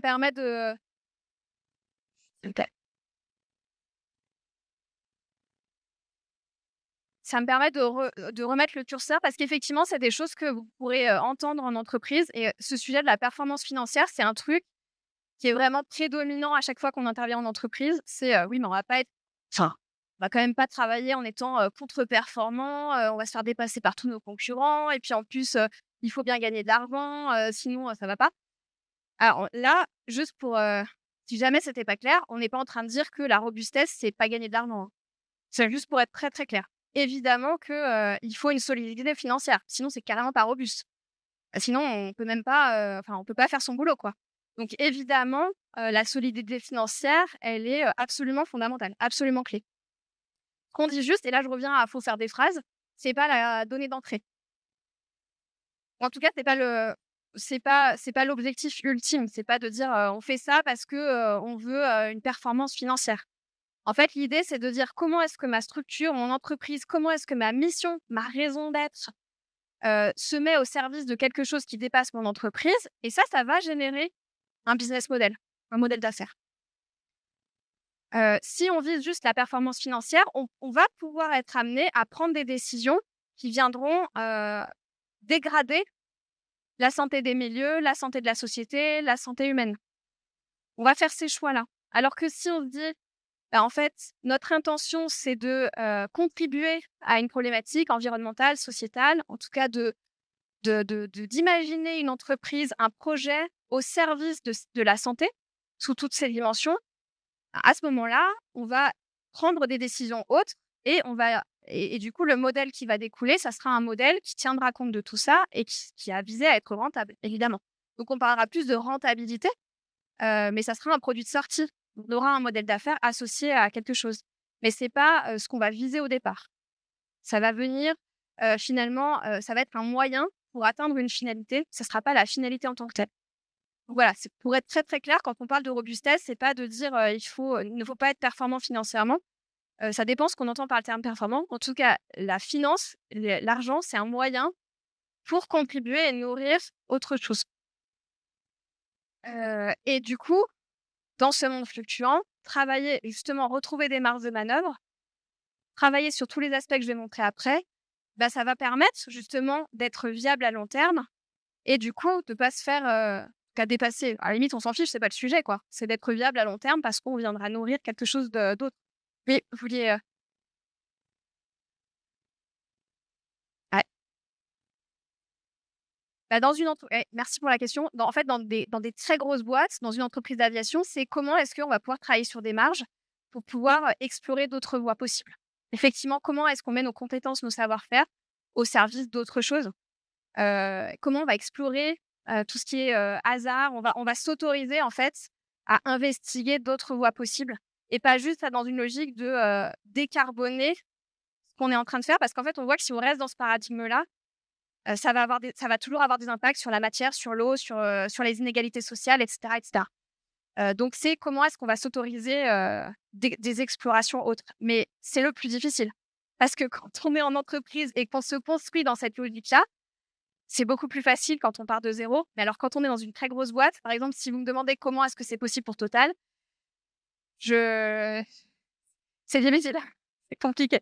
Effectivement, il y a des business où, moi je suis intervenue, hein, du coup dans mon ancienne entreprise, filiale d'Air France, ce sujet est très compliqué, sur le sujet de l'aérien. Parce que c'est le cœur de modèle. Donc là, c'est compliqué. Et justement, ce qui est intéressant, c'est de voir comment on peut explorer, comment on peut développer aussi comment on peut mettre les compétences au service d'autres choses. Et ça va être aussi pour la santé des personnes. Parce que sinon, si demain, il y a des coupes, des casses, ces gens-là vont se retrouver sur le carreau. Donc, comment est-ce qu'on autorise aussi d'autres types d'exploration pour ne pas, demain, mettre des gens sur le carreau dans ces business? Euh, et sur le reste, tac, tac, tac, on va, je pense, en parler dans la suite. Donc là, maintenant, je vais vous donner des exemples très concrets de robustesse, par différents angles et comment est-ce que ça peut concrètement s'incarner dans des projets, sur des territoires. Donc comme je vous disais, sur la première partie de la définition, c'est la partie stabilité. Comment est-ce qu'on renforce notre stabilité dans ce contexte de monde fluctuant? Donc je vous disais élargir nos marges de manœuvre. Bah, par exemple, là, dans le domaine agricole, ça, c'est une ferme qui est vraiment à côté de chez moi, que j'ai largement interviewée dans un podcast qui s'appelle La ferme du Grand Laval. Donc eux, vraiment, ils sont, hyper inspirants, parce qu'ils sont dans une logique d'hospitalité active à l'égard du vivant sauvage, en se disant que, aujourd'hui, quand on a une activité agricole, on essaie de tout contrôler justement, de maîtriser tous les paramètres et du coup, on va dégager tout ce qu'on maîtrise pas et donc en général, bon le sauvage, c'est pas, on maîtrise pas, hein, donc on met de côté. Là, eux, ce qu'ils disent, c'est qu'une ferme n'est, viable que parce qu'elle bénéficie, de ce que nous apporte le sauvage et dont on ne maîtrise aucun paramètre. On ne sait pas. Le sol, il est vivant parce qu'il y a tout un tas de vivants, dans le sol, mais on n'est pas en train de leur dire ce qu'il faut faire. On ne maîtrise pas, ces paramètres.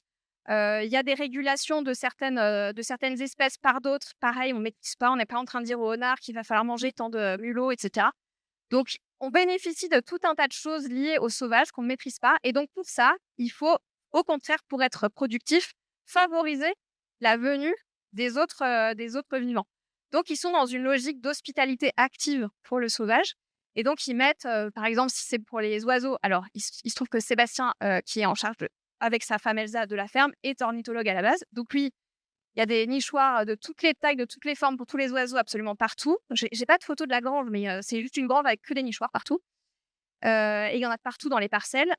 Donc ils sont dans une logique d'hospitalité, mais pour tous les vivants. Donc là, par exemple, ils ont démarré par comment est-ce qu'on fait pour, permettre à tout type d'êtres vivants de revenir sur la ferme. Donc ils ont replanté des haies. Il y a plus de 10 ans, ils étaient sur des grandes parcelles avec aucune haie. Donc ils ont replanté des haies partout. Après, ils se sont dit: «Bah, comment est-ce qu'on fait revenir aussi tout ce qui est lié, enfin, tous les êtres vivants qui vivent dans l'eau?» Donc ils ont, créé 1 mare par hectare. C'est énorme, 1 mare par hectare.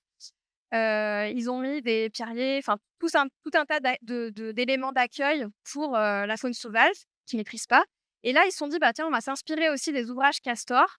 parce qu'ils avaient un cours d'eau qui traversait une parcelle, qui était canalisé. Donc ils ont débusé le cours d'eau, donc ils ont vraiment cassé, le canal, en fait, pour, pouvoir, refaire vivre ce petit cours d'eau. Et en fait, là, ça a inondé une donc là, pareil, on fait ça, mais on sait pas ce que ça va faire. Et donc ça a inondé une partie d'un champ et donc ils se sont dit: «Bon, du coup, ça inonde tout, on va essayer de s'inspirer du castor pour justement faire en sorte qu'il y ait des petites mares naturelles». Donc ils se sont inspirés, ils ont travaillé avec un philosophe qui s'appelle Baptiste Morisot, avec lequel, ils travaillent et qui a, travaillé avec eux sur, ces ouvrages, là. Et donc ils sont inspirés de ces ouvrages. Ils ont fait revenir tout un tas d'espèces, et dans les mares et dans les ouvrages castor. C'est hyper intéressant. Et en fait, quand la dernière fois que j'y suis allée et qu'on a fait la visite, avec Baptiste et Sébastien, Elsa, ce qu'ils disaient, c'est, en fait, pour l'instant, castor, alors on croit qu'il est là, mais on n'est pas sûr dans les pièges photos, on n'est pas sûr que ce soit lui. On a vu un petit bout, mais on pense que c'est lui. Et en fait, en vrai, s'il revient, on ne sait pas ce que ça va faire. Si ça se trouve, il va nous bouffer toute la haie d'à côté. Si ça se trouve, il va nous dégrader ça, ça. Si ça se trouve, ça va être la cata, mais en fait, tant pis, on verra bien. Et donc c'est vraiment la logique de non-maîtrise pour le coup et d'avoir des parcelles qui sont pas du tout optimisées. En fait, on perd des bouts de parcelles, mais cette ferme, elle est hyper productive pour le coup. Ils ont une diversité, c'est une ferme en polyculture élevage, ils ont une diversité de production agricole, ils peuvent se payer à 2 un SMIC. Ils sont vraiment dans une logique une ferme qui est productive, et qui est économiquement viable, alors qu'il y a vraiment tout un tas de zones dont on maîtrise pas du tout les contours. Donc c'est ça qui est hyper intéressant en les écoutant, et eux vraiment, ils sont en joie de se dire: «Ah, ça va faire revenir des espèces». Ça donne un sens incroyable à leur boulot, quoi. Donc ça, c'est vraiment hyper intéressant. S'appuyer sur les principes de contre-performance, par exemple, tous les cafés associatifs. C'est pas toujours hyper performant. Moi, la dernière fois, j'ai voulu ça c'est cause toujours, c'est à Valence. J'ai voulu aller manger, on s'était donné rendez-vous avec un ami, c'est toujours ouvert à midi. Puis là, on arrive, c'est fermé. Et donc il y a des gens qui étaient, sur les chaises devant, ils nous disent: «Ah il y avait pas assez de bénévoles aujourd'hui, du coup, c'est fermé». OK, bon, d'accord. Alors que c'est ouvert d'habitude. Donc c'est pas toujours, mais en fait, on s'en fiche, on sait comment ça fonctionne, on sait que c'est des lieux où, ils vont organiser des bals populaires, c'est hyper sympa. Et moi, je leur en tiens par égard. C'est des bénévoles qui font le café, on est allé ailleurs. Et en fait, c'est pas au taquet de la performance, mais c'est pas grave, c'est des lieux ressources où on sait qu'on va pouvoir, organiser des débats, des ateliers, et cetera. Et c'est hyper riche. Miser sur la coopération et la circularité robuste, là, j'ai donné, largement l'exemple de la polyculture élevage, je vais pas donner l'argument d'ailleurs, de cette ferme où la polyculture élevage, c'est de se dire que tout va être, circulaire sur la ferme, qu'on va avoir des bêtes qui vont pâturer et du coup, il y a aucun intrant chimique, en fait, tout ce qui est, lié aux bêtes, va permettre, d'amender les sols. Donc ce qui va être produit sur la ferme, en partie, il y a une partie qui va servir à nourrir les bêtes. Donc c'est typiquement, on va pas faire venir du taux de soja d'Amérique latine qui va avoir un impact énorme sur le climat. Mais tout ce qui va être produit sur la ferme va venir nourrir les bêtes qui vont, permettre, au sol d'être en bonne santé et de produire d'autres choses pour la production humaine. Heu, Pareil, les fermes partagées. Ça, c'est un exemple que je voulais vous donner parce que je suis intervenue auprès d'un collectif de fermes partagées. Donc c'est des fermes qui sont, c'est-à-dire qu'il y a plusieurs personnes qui sont sur la ferme et qui ont des activités variées. Et en fait, à un moment, on parlait justement de, comment est-ce qu'on imagine les paysages dans les fermes demain? Et en même temps, en parallèle, je suis en train de discuter avec un collectif, justement, qui travaille sur les paysages et qui conseille l'État par rapport aux paysages. Et en fait, j'ai eu 2 échos d'un côté et de l'autre et ça m'a vraiment, vraiment perturbée. Parce que d'un côté, les fermes partagées qui disent: «Nous, sur les paysages, on n'a pas envie qu'un bureau d'études vienne nous dire quoi faire». Parce qu'en fait, on connaît notre sol, on connaît notre terre, on connaît nos fermes et on n'a pas envie que quelqu'un nous dise, avec un savoir-faire: voilà, il faut faire comme ça. Et d'un autre côté, et donc ils disent: «Par contre, on a besoin d'être accompagnés, on a besoin d'être conseillés». On a besoin de travailler ensemble, en co-création, en coopération, mais pas, qu'on vienne avec une approche, «Je sais tout et voilà comment il faut, faire votre ferme». Et d'un autre côté, le bureau d'études qui dit, «Bon, nous, on veut travailler avec les fermes, on a besoin de bien comprendre, on a besoin d'un temps, où vous nous expliquiez comment, c'est quoi leurs besoins et puis parce qu'après, on va, leur dire, en gros, ce qu'il faut faire». Et du coup, l'approche, c'était intéressant d'avoir en miroir, presque dans la même semaine, ces 2 prises de parole où d'un côté, on a, logique bureau d'études qui dit: voilà, nous on sait, on a le savoir et voilà ce qu'il va falloir faire». Puis d'un autre côté, finalement les bénéficiaires qui disent: nous on a besoin de conseils et on n'a pas besoin d'une approche paternaliste pour nous dire ce qu'il va falloir faire». Donc ça, c'est hyper intéressant, au-delà de la ferme, dans tout type de métier, comment est-ce qu'on va plutôt être en logique d'accompagnement et pas en logique descendante.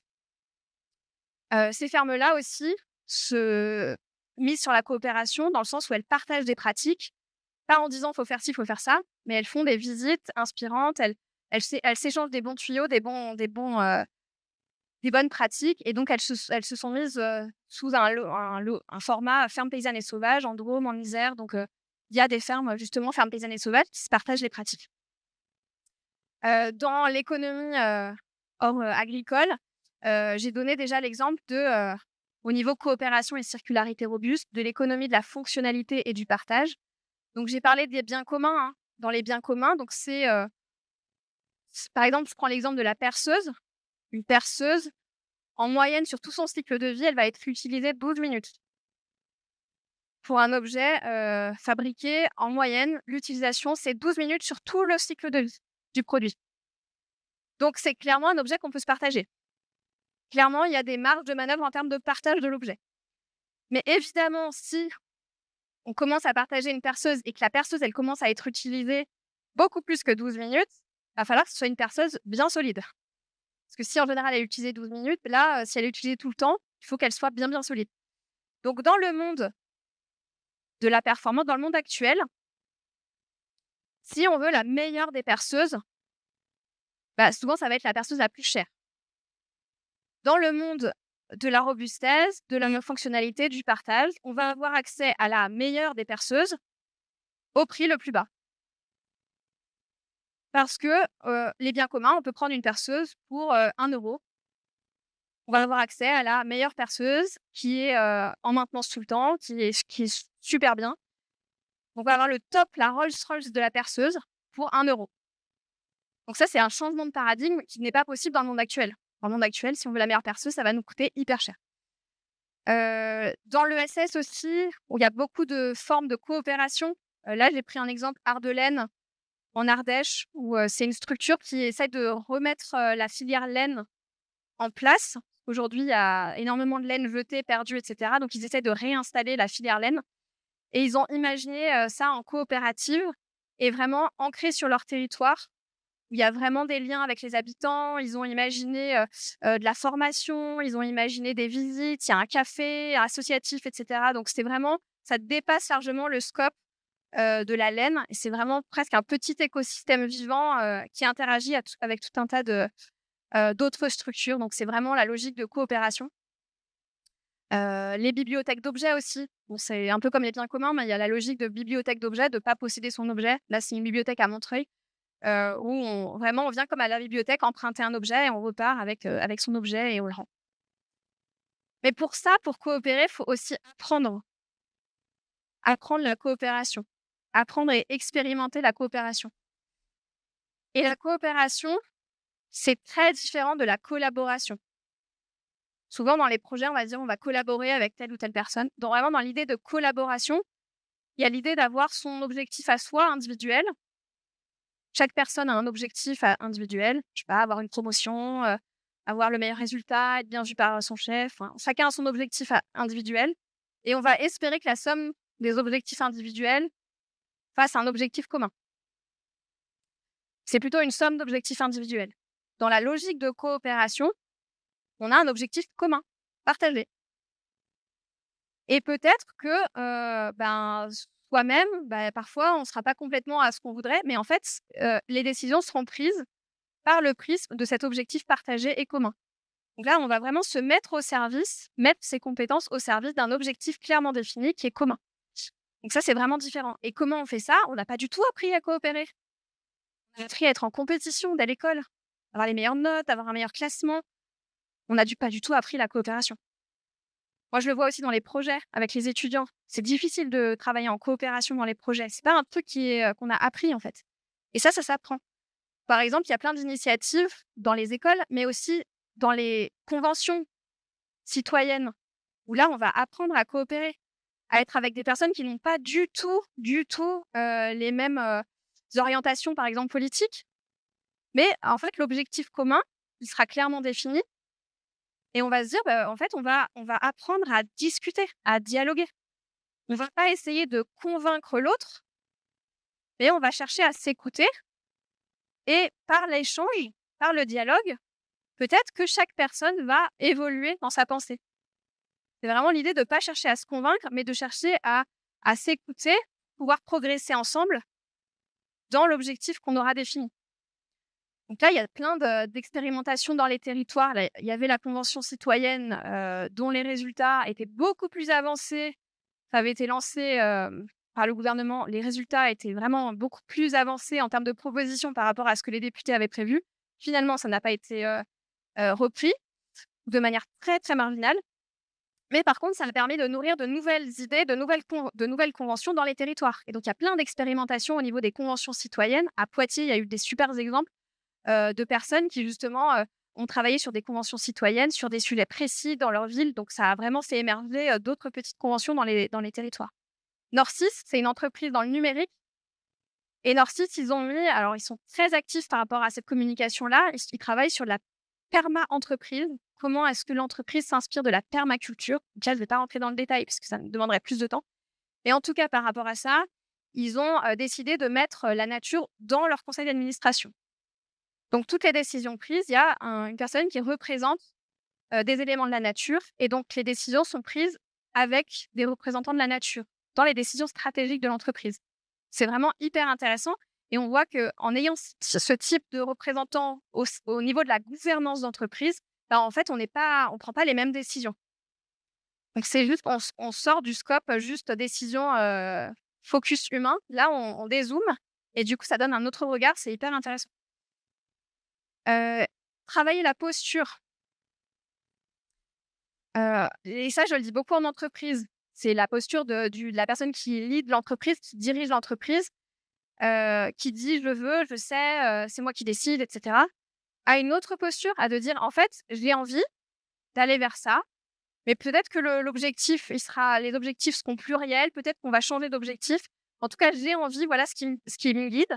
Et par contre, je ne sais pas forcément comment faire. » Et quand on dit qu'on ne sait pas forcément comment faire, ça va ouvrir l'espace, le dialogue. En fait, on va embarquer beaucoup plus les gens. On va co-construire, on va coopérer, on va mettre en place d'autres choses. Et donc, c'est vraiment changer aussi, faire évoluer sa posture de leader vers une posture plus ouverte où on va faire ensemble. Favoriser les débats contradictoires, où il y a des formations sur animation de controverses, justement, pour permettre d'échanger et de nourrir justement les idées. Construire avec les fluctuations et non pas contre. Alors là, je vous donne l'exemple d'un ingénieur énergéticien qui a fait un tour d'Europe des pays pour voir au niveau de chaque pays quel système, finalement, c'était quoi le mix énergétique dans chaque pays. Donc, il est parti en tour d'Europe avec 2 amis à lui pour faire ce tour d'Europe. Et en fait, il a vu que dans chaque pays, finalement, le mix énergétique était différent. Il y avait des usages complètement différents des technologies. Alors même qu'en fait, les technologies étaient maîtrisées de la même manière partout, mais c'est juste qu'il y avait il y a certaines technologies qui, dans certains cas, primaient et pas d'autres. Et en fait, c'était que lié aux aspects culturels. Il y avait pas le sujet n'était jamais technique, en fait. Le sujet n'était jamais sur une non-maîtrise de la technique. C'était toujours l'historique était toujours culturel. Et en fait, il s'est dit, le sujet de la transition énergétique, il est totalement culturel, en fait. Donc, il est revenu en se disant, en fait, il faut réinventer des activités en tenant compte du fait que l'énergie ne sera pas toujours accessible tout le temps en permanence. Et donc, il a voulu tester sa propre activité sur cette base. Donc, il a lancé une boulangerie solaire. Donc, avec un four solaire. Bon, a priori, c'est pas un truc complètement révolutionnaire. OK, on va cuire son pain avec un four solaire. Ce qui est révolutionnaire dans son activité à lui, c'est qu'il a lancé sa boulangerie solaire en Normandie. Là, c'est beaucoup plus révolutionnaire. Parce qu'il n'y a clairement pas tout le temps du soleil. Donc là, ça l'a amené à repenser complètement le pourquoi est-ce qu'on fait du pain, comment on cuit le pain, pourquoi est-ce qu'on cuit le pain la nuit, etc. Donc, il a tout détricoté sur l'historique de la boulangerie. Et en fait, il s'est rendu compte que avant la guerre, on avait des manières très différentes de faire le pain en fonction des territoires et qu'on a tout uniformisé après la guerre. Parce que il y a eu énormément de morts pendant la guerre, donc on avait besoin d'amener des savoir-faire, finalement de prendre des gens pour les mettre dans un autre territoire. Et en fait, comme tout le monde n'avait pas les mêmes pratiques, c'était un peu compliqué. Alors, il y a eu un CAP boulangerie qui s'est instauré dans les années 30, mais ça a été largement favorisé après la guerre. de se dire: «On va essayer de faire en sorte que les pratiques soient les mêmes partout». Ce sera beaucoup plus simple en termes de montée en compétences, de main-d'œuvre et cetera et du coup, il y a eu la création de la levure boulangère parce qu'en fait, le truc le moins maîtrisable, c'est la levure. Chacun avait son levain, chacun faisait son levain et du coup, c'était compliqué de faire des formations alors que les levains, c'était pas les mêmes. Donc ils se sont dit: «Bon, bah, on va travailler sur un truc pour l'harmoniser, on va faire un levain boulanger, enfin une levure boulangère». Donc ils ont travaillé sur cette la levure qui monte le plus vite possible. Sauf que la levure boulangère, elle monte tellement vite que du coup les molécules de gluten n'ont pas le temps de s'agréger entre elles.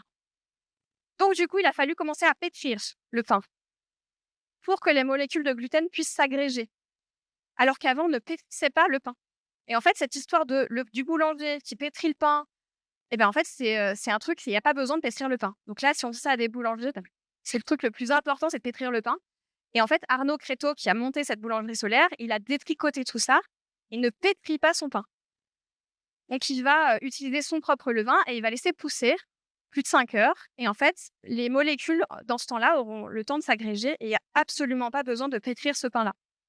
Donc c'est complètement révolutionnaire au niveau de sa pratique. Donc évidemment, il ne pétrit pas le pain de la même manière, il ne travaille pas la nuit et il va cuire son pain, quand il y aura du soleil. Donc ça veut dire que, il faut faire du pain qui soit de très bonne qualité. Donc il travaille sur une super qualité de levain et le pain peut durer une semaine sans problème, ce qui n'est pas le cas de la baguette. Au bout de 4 heures, elle est rassis. J'exagère un peu, mais en tout cas, elle est rassis très rapidement. Là, c'est vraiment un pain qui va être de très bonne qualité pendant une semaine. Donc il a déconstruit, en fait, un truc. J'ai encore visité une ferme ce week-end, très avancée sur le levain et pourtant ils pétrissent toujours. Moi, je leur ai posé la question de la pratique et en fait, dans les faits, ils se questionnent pas sur ça. Bien sûr qu'il faut pétrir le pain. Bah, logique. Bah, en fait, là, l'idée d'Arnaud, c'est de dire: «En fait, il faut déconstruire des choses». On se dit: «Il faut absolument le faire». Peut-être que pourquoi il faut le faire, en fait? Questionner les pratiques. Pourquoi on fait ça, en fait, à la base?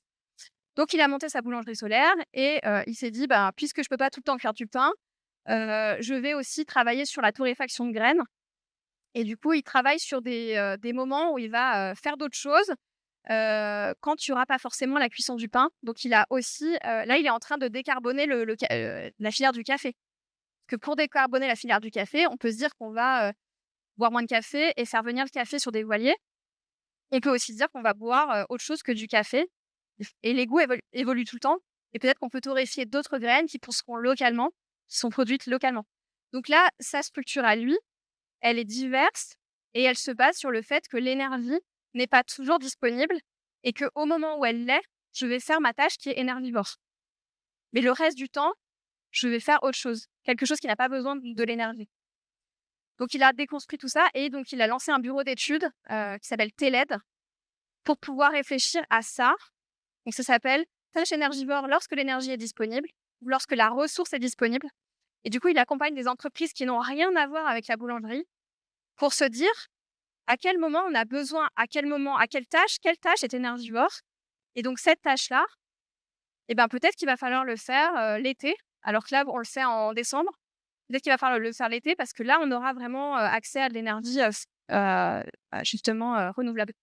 Donc il est en train de déconstruire des choses et des pratiques en se disant que l'énergie, elle va fluctuer beaucoup et donc comment est-ce qu'on peut imaginer d'autres manières de faire au moment où l'énergie est disponible? Hyper intéressant. Si vous voulez creuser, par rapport à vos pratiques, ouais,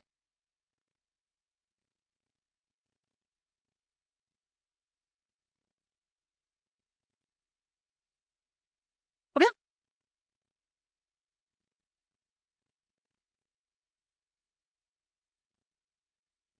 Ah bah, trop bien. Le 30 mars, c'est ça? 30 mars. Eh bah, trop bien. Donc Néoloco sera présenté le 30 mars. Bah, trop bien, je savais pas, donc génial. J'avance un peu. Partager les savoirs et les ressources. Donc là, effectivement, low tech. Alors on a tendance à penser que dans la robustesse, on est, technophobe. Pas du tout, en fait. L'idée, c'est de dire que la techno, elle doit être au service d'eux et donc au contraire, il faut différentes technologies variées. Donc il faut travailler sur la technodiversité.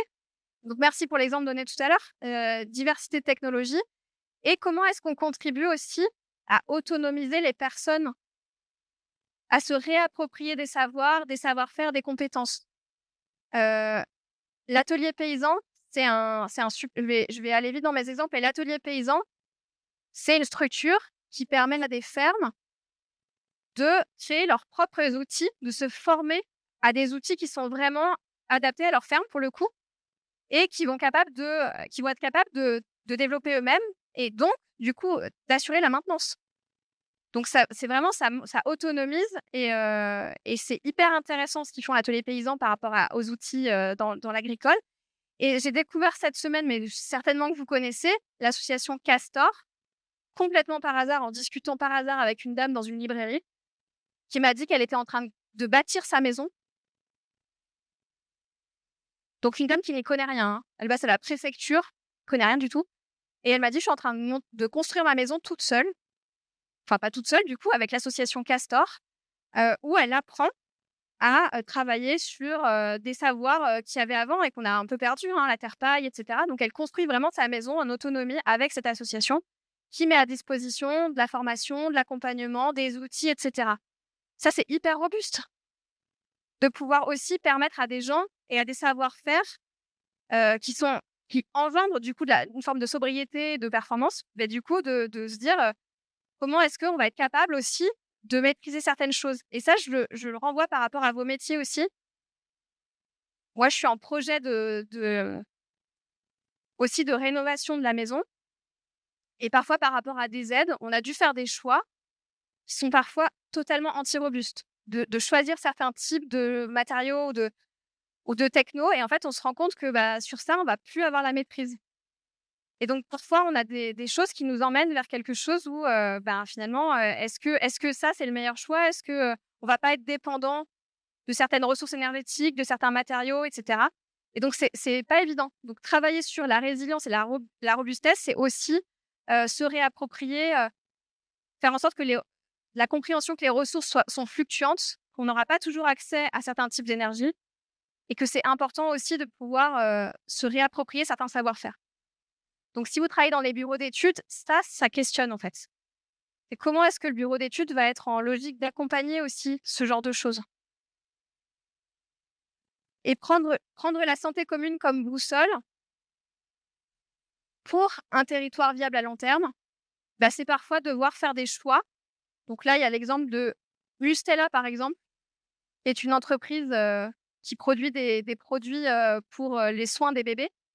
Et en fait, eux, ils ont, remis à plat tous leurs produits et leurs services en se disant: «Bah, comment est-ce qu'on peut faire en sorte qu'ils soient, mieux au niveau, écologique?»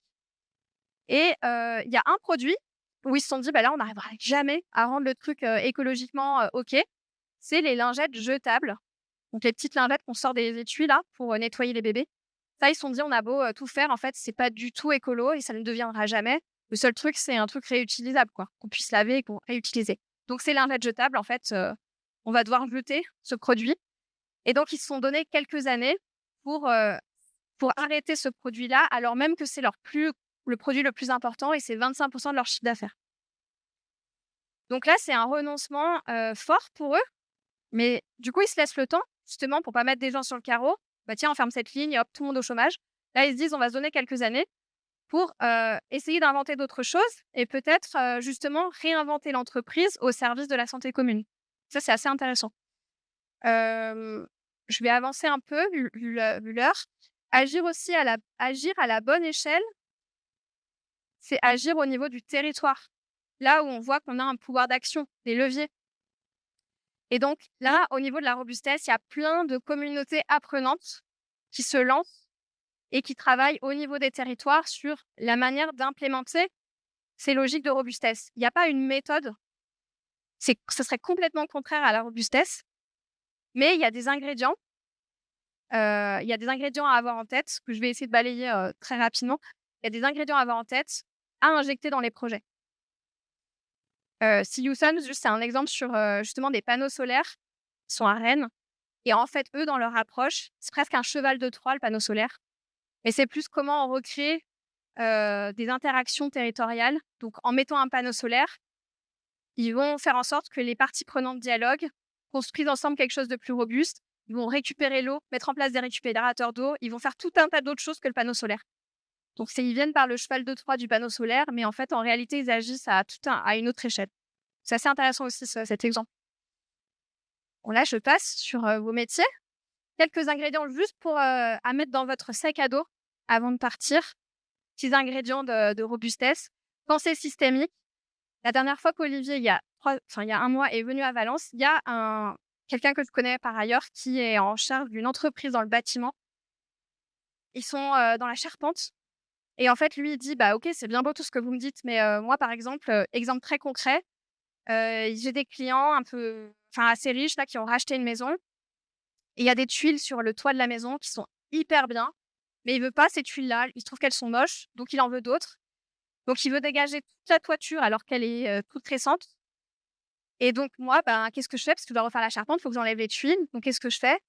Et donc il dit: «Ça me coûte plus cher d'enlever tuile par tuile, pouvoir ensuite les redonner, que de tout balancer dans la benne». Évidemment, c'est ce qu'est et donc qu'est-ce que je fais? Donc il pose cette question à Olivier et Olivier dit: «Ben, l'idée de la pensée systémique, c'est de dire ne pas travailler sur, justement les petites bulles, mais travailler sur les interactions entre les éléments du système. Donc quand on bloque sur un problème, il faut l'élargir. Il faut regarder les interactions. Qui pourrait être intéressé par ces tuiles? Peut-être qu'il y a des associations localement qui seraient hyper intéressées de faire cette récup-là. Mais peut-être que c'est pas à vous de le faire. Peut-être que vous pouvez travailler en collaboration, en coopération plutôt, avec d'autres structures qui mettraient des gens au service de récupérer ces tuiles et que ça serait fait en fait. Donc c'est pas forcément à vous de prendre toute la charge, mais peut-être élargissez. Regardez les parties prenantes sur votre écosystème et il y en a qui vont peut-être venir et effectivement. Donc c'est en fait quand on bloque sur un problème, comment on élargit au niveau des interactions? Avec qui d'autre on peut interagir que les gens avec qui on interagit habituellement?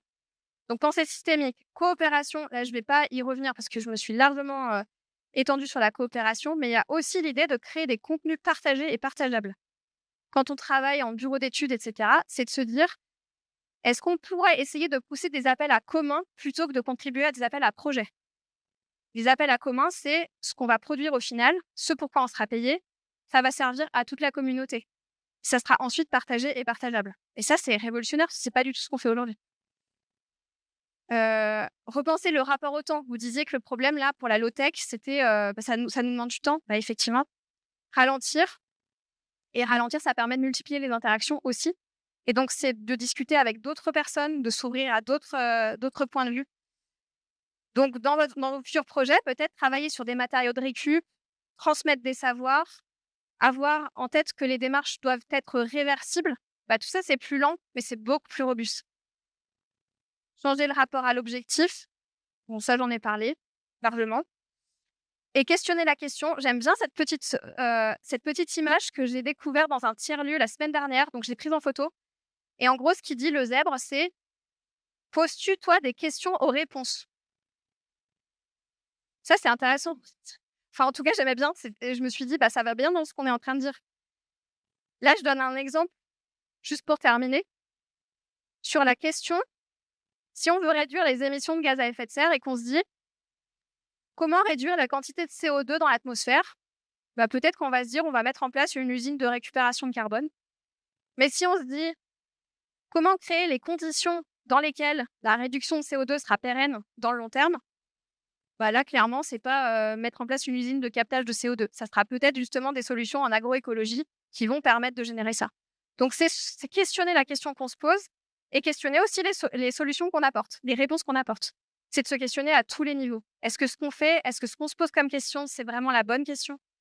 Et Einstein disait: «Si j'avais, 1 heure pour résoudre, un problème, je passerais, 95 du temps sur la question et juste 5 minutes 55 minutes sur les questions et 5 minutes sur les réponses».